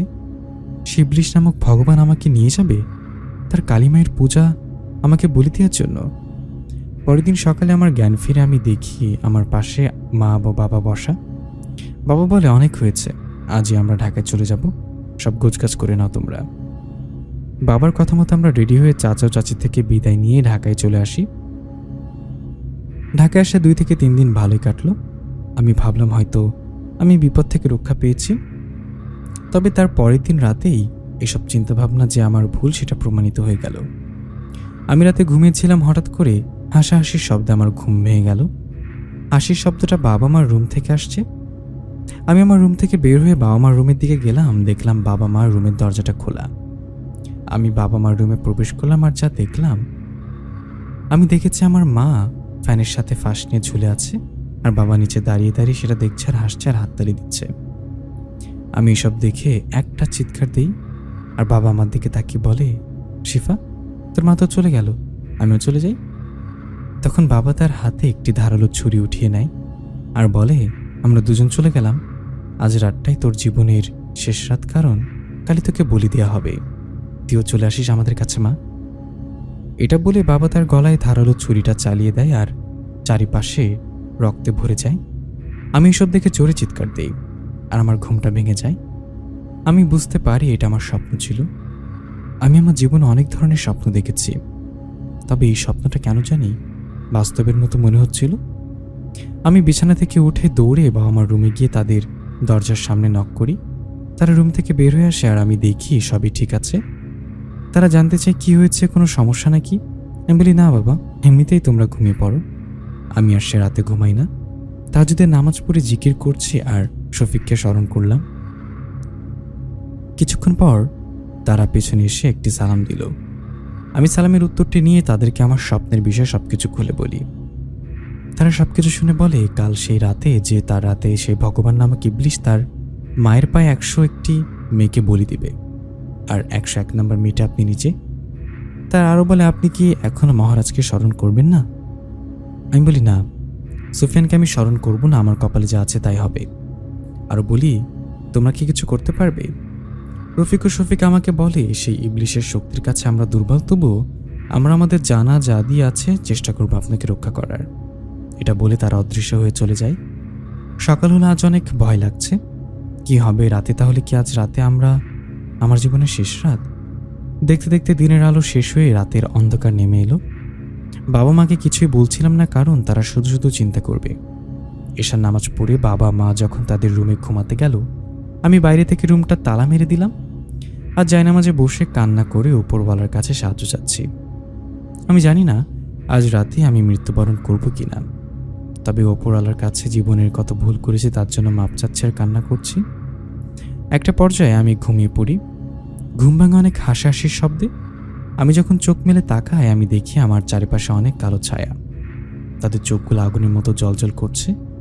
তাদের দেহের কিছুই বোঝা যাচ্ছে না। ছায়ার মতো হাওয়ায় ভাসছে আর আমার দিকে তাকিয়ে হাসছে। তারা একসাথে আমাকে বলতে শুরু করলো, তোকে নিতে এলাম, কি ভেবেছিলি ঢাকায় এসে গেলে তুই বেঁচে যাবি? তখনই আমার রুমের জানলা দিয়ে 2টি আলো প্রবেশ করলো। সে আলো থেকে মানুষের আকৃতি নিল রফিক ও শফিক। তারা সেই ছায়াগুলোর দিকে এগিয়ে গেল আর দেখতে দেখতে তাদের ভেতরে বিশাল যুদ্ধ শুরু হয়ে গেল। কিন্তু সে ছায়াগুলো রফিক ও শফিকদের সাথে পারছিল না, কারণ তারা তাদের থেকে অনেক বেশি শক্তিশালী ছিল। একটা পর্যায়ে সকল ছায়াকে এসে রফিক ও শফিক হত্যা করে ফেলে। ঠিক তখনই আমাদের ফ্ল্যাটের মেন দরজাটা কেউ একজন লাথি মেরে ফেলে। হ্যাঁ, ভগবান চলে এসেছে আজ তার অন্য একটি রূপে। তার পরনে ছিল লাল টকটকে একটি ধুতি, গলায় ছিল লাল একটি গামছা। রফিক ও শফিক সেই ইবলিশ শয়তানের দিকে এগিয়ে যায়, কিন্তু ভগবান নামক সেই শয়তান তার 2 হাত দিয়ে রফিক ও শফিকের গলায় চাপ দিয়ে তাদের মাটি থেকে উপরে উঠিয়ে ফেলে আর বলে, এই 2 চামচিকা আমাকে হত্যা করার দুঃসাহস তোর দেখায় কি করে? এই বলে তাদের দুজনকে সেখানে হত্যা করে। আমি এসব দেখে অনেক জোরে কান্না করে ফেলি। রফিক ও শফিক আমার 2 ভাইয়ের মতো ছিল। তারা আমাকে সকল বিপদ থেকে রক্ষা করত, আর সে আমার জন্য তারা নিজেদের জানটাও দিয়ে দিল। আমি খুব কান্না করতে থাকি। ওইদিকে বাবা মাও খুব ঘুম থেকে জেগে গেছে, কিন্তু রুমে তালা মারা ছিল, এই কারণে তারা বাইরে আসতে পারছিল না। রুমের ভেতর থেকে অনুরোধ করছিল যাতে আমাকে তারা কিছু না করে। ভগবান নামক সেই ইবলিশ শয়তান বলে, আমার বলি দেয়া বস্তু আমি তো নিবই। এটা বলে আমার সামনে এসে একটা ফু দেয় আর আমি সাথে সাথে অজ্ঞান হয়ে পড়ে যাই। আমার যখন জ্ঞান ফিরে, আমি দেখি চারপাশে অনেক গভীর জঙ্গল আর আমি একটি জায়গায় হাত বাঁধা অবস্থায় পড়ে আছি। আমার সাথে আরও 100 জন মেয়ে অজ্ঞান হয়ে পড়ে আছে। আমি তাদের জ্ঞান ফেরানোর অনেক চেষ্টা করি, কিন্তু কোনোভাবেই তাদের জ্ঞান ফিরছিল না। আমি দেখি দূরে একটি কালী মূর্তির সামনে সে ইবলিশ নামক শয়তান পূজা করছে। পূজা শেষ করে এক চিৎকার করে মহাবলী সম্পূর্ণ হোক বলে, আর তার হুকুমে তার গোলামরা সে 100টি মেয়েকে এক এক করে বলি দেওয়ার স্থানে নিয়ে যায়। আর সে ভগবান আমার দিকে এগিয়ে এসে আমার চুলের মুঠি ধরে সে স্থানে নিয়ে যায় যেখানে কিনা আমাদেরকে বলি দেওয়া হবে। আমি ধরেই নিয়ে আজ আমার শেষ রাত, তাই আমি মনে মনে কালিমা পড়তে থাকি, চোখ বন্ধ করে আছি। সে ভগবান আমাকে গলায় ছুরি চালাবে, এর ভেতরেই চারপাশে অনেক বাতাস বইতে শুরু করে। আমি বুঝতে পারছিলাম সুফিয়ান খুব কাছাকাছি আছে আর সে আসছে আমাকে বাঁচাতে। সে ইবলিশ তার গোলামদের হুকুম করে ওটাকে আটকা, কিন্তু সুফিয়ানের শক্তির সামনে তারা ছিল একদম তুচ্ছ। সুফিয়ান তার সকল গোলাপকে হত্যা করে। আমারও ভগবানের সামনে এসে দাঁড়ায় আর বলে, তুই যাকে কষ্ট দিয়েছিস, যার গায়ে হাত তুলেছিস, সে আমার কি হয় তুই জানিস না। তার জন্য আমি আমার নিজের জীবনও দিতে পারি এবং তোর মতো হাজার ইবলিশকে হত্যা করতে পারি। এই বলে সুফিয়ান সেই ভগবান ইবলিশের উপর ঝাঁপিয়ে পড়ে। এজন্য 2 রাজার যুদ্ধ, যাদের যুদ্ধে পুরো জঙ্গলটাও কাঁপছিল। কারোর থেকে কারোর শক্তি কম ছিল না।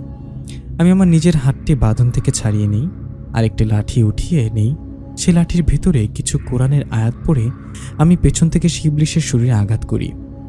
আমার আঘাতে সে শয়তান একটু দৌড়ে গিয়ে মাটিতে পড়ে যায়, আর এই সুযোগ কাজে লাগিয়ে সুফিয়ান তার তলোয়ারটি বের করে আল্লাহু আকবার বলে সেই শয়তানের বুকে ঢুকিয়ে দেয়, আর সেই ইবলিশ সেখানে ছায়া হয়ে উড়ে যায়। এবার সুফিয়ান হাত তালি দেয় আর চারপাশ থেকে কিছু সাদা জুব্বা পরিত মানুষ এসে দাঁড়ায়। আসলে তারা কেউ মানুষ ছিল না, তারাও ছিল জিন। সুফিয়ান তাদেরকে হুকুম করে যাতে এই 100টি মেয়েকে তাদের বাসায় ঠিকভাবে পৌঁছে দিয়ে আসে, আর আমাকে নিয়ে সুফিয়ান হাঁটা শুরু করে। সুফিয়ান আমাকে বলেছে, শিফা, আমি তোমাকে মানা করেছিলাম যাতে এমন কোনো শয়তানের সাথে যুদ্ধে না জড়াও। তবে আমি এটা মানা করিনি কখনো যদি কেউ তোমার জানের পেছনে লেগে যায় তা তুমি আমাকে স্মরণ করো না। আজ আমি এখানে না এলে হয়তো তোমাকে আমি হারিয়ে ফেলতাম চিরকালের জন্য। আর তোমাকে হারিয়ে আমি কিভাবে ভালো থাকতাম বলো? যাই হোক, রফিক ও শফিক জিনেদের মৃত্যু হয়েছে, তার ইমানের সহিত মৃত্যুবরণ করেছে। শিফা, আমরা এখন আমাদের দেশে যাব আর তাদের জানাজে উপস্থিত হব। সুফিয়ান আমাকে বলে আমি যেন চোখ বন্ধ করি। আমি তার কথা মতো চোখ বন্ধ করি আর চোখ খুলে দেখি আমি তাদের দেশে চলে এসেছি। আমরা রফিক ও শফিকের জানাজা অংশগ্রহণ করি। আমি খুব কান্না করছিলাম, কারণ তারা আসলে আমার ভাইয়ের মতো ছিল। সুফিয়ান আমার পাশে এসে বসে বলে, যা হওয়ার তা হয়েছে, এখন এটা নিয়ে ভেবে কোনো লাভ নেই। সুফিয়ান আমাকে আমার বাসায় পৌঁছে দেয় আর বলে, মনে রেখো, আর যাই হোক, কেউ তোমার পাশে থাকুক আর না থাকুক, আমি সবসময় আছি তোমার পাশে। আর এটা বলে সে অদৃশ্য হয়ে যায় আর দূর থেকে ভেসে আসে, আল্লাহ হাফিজ, আসসালামু আলাইকুম।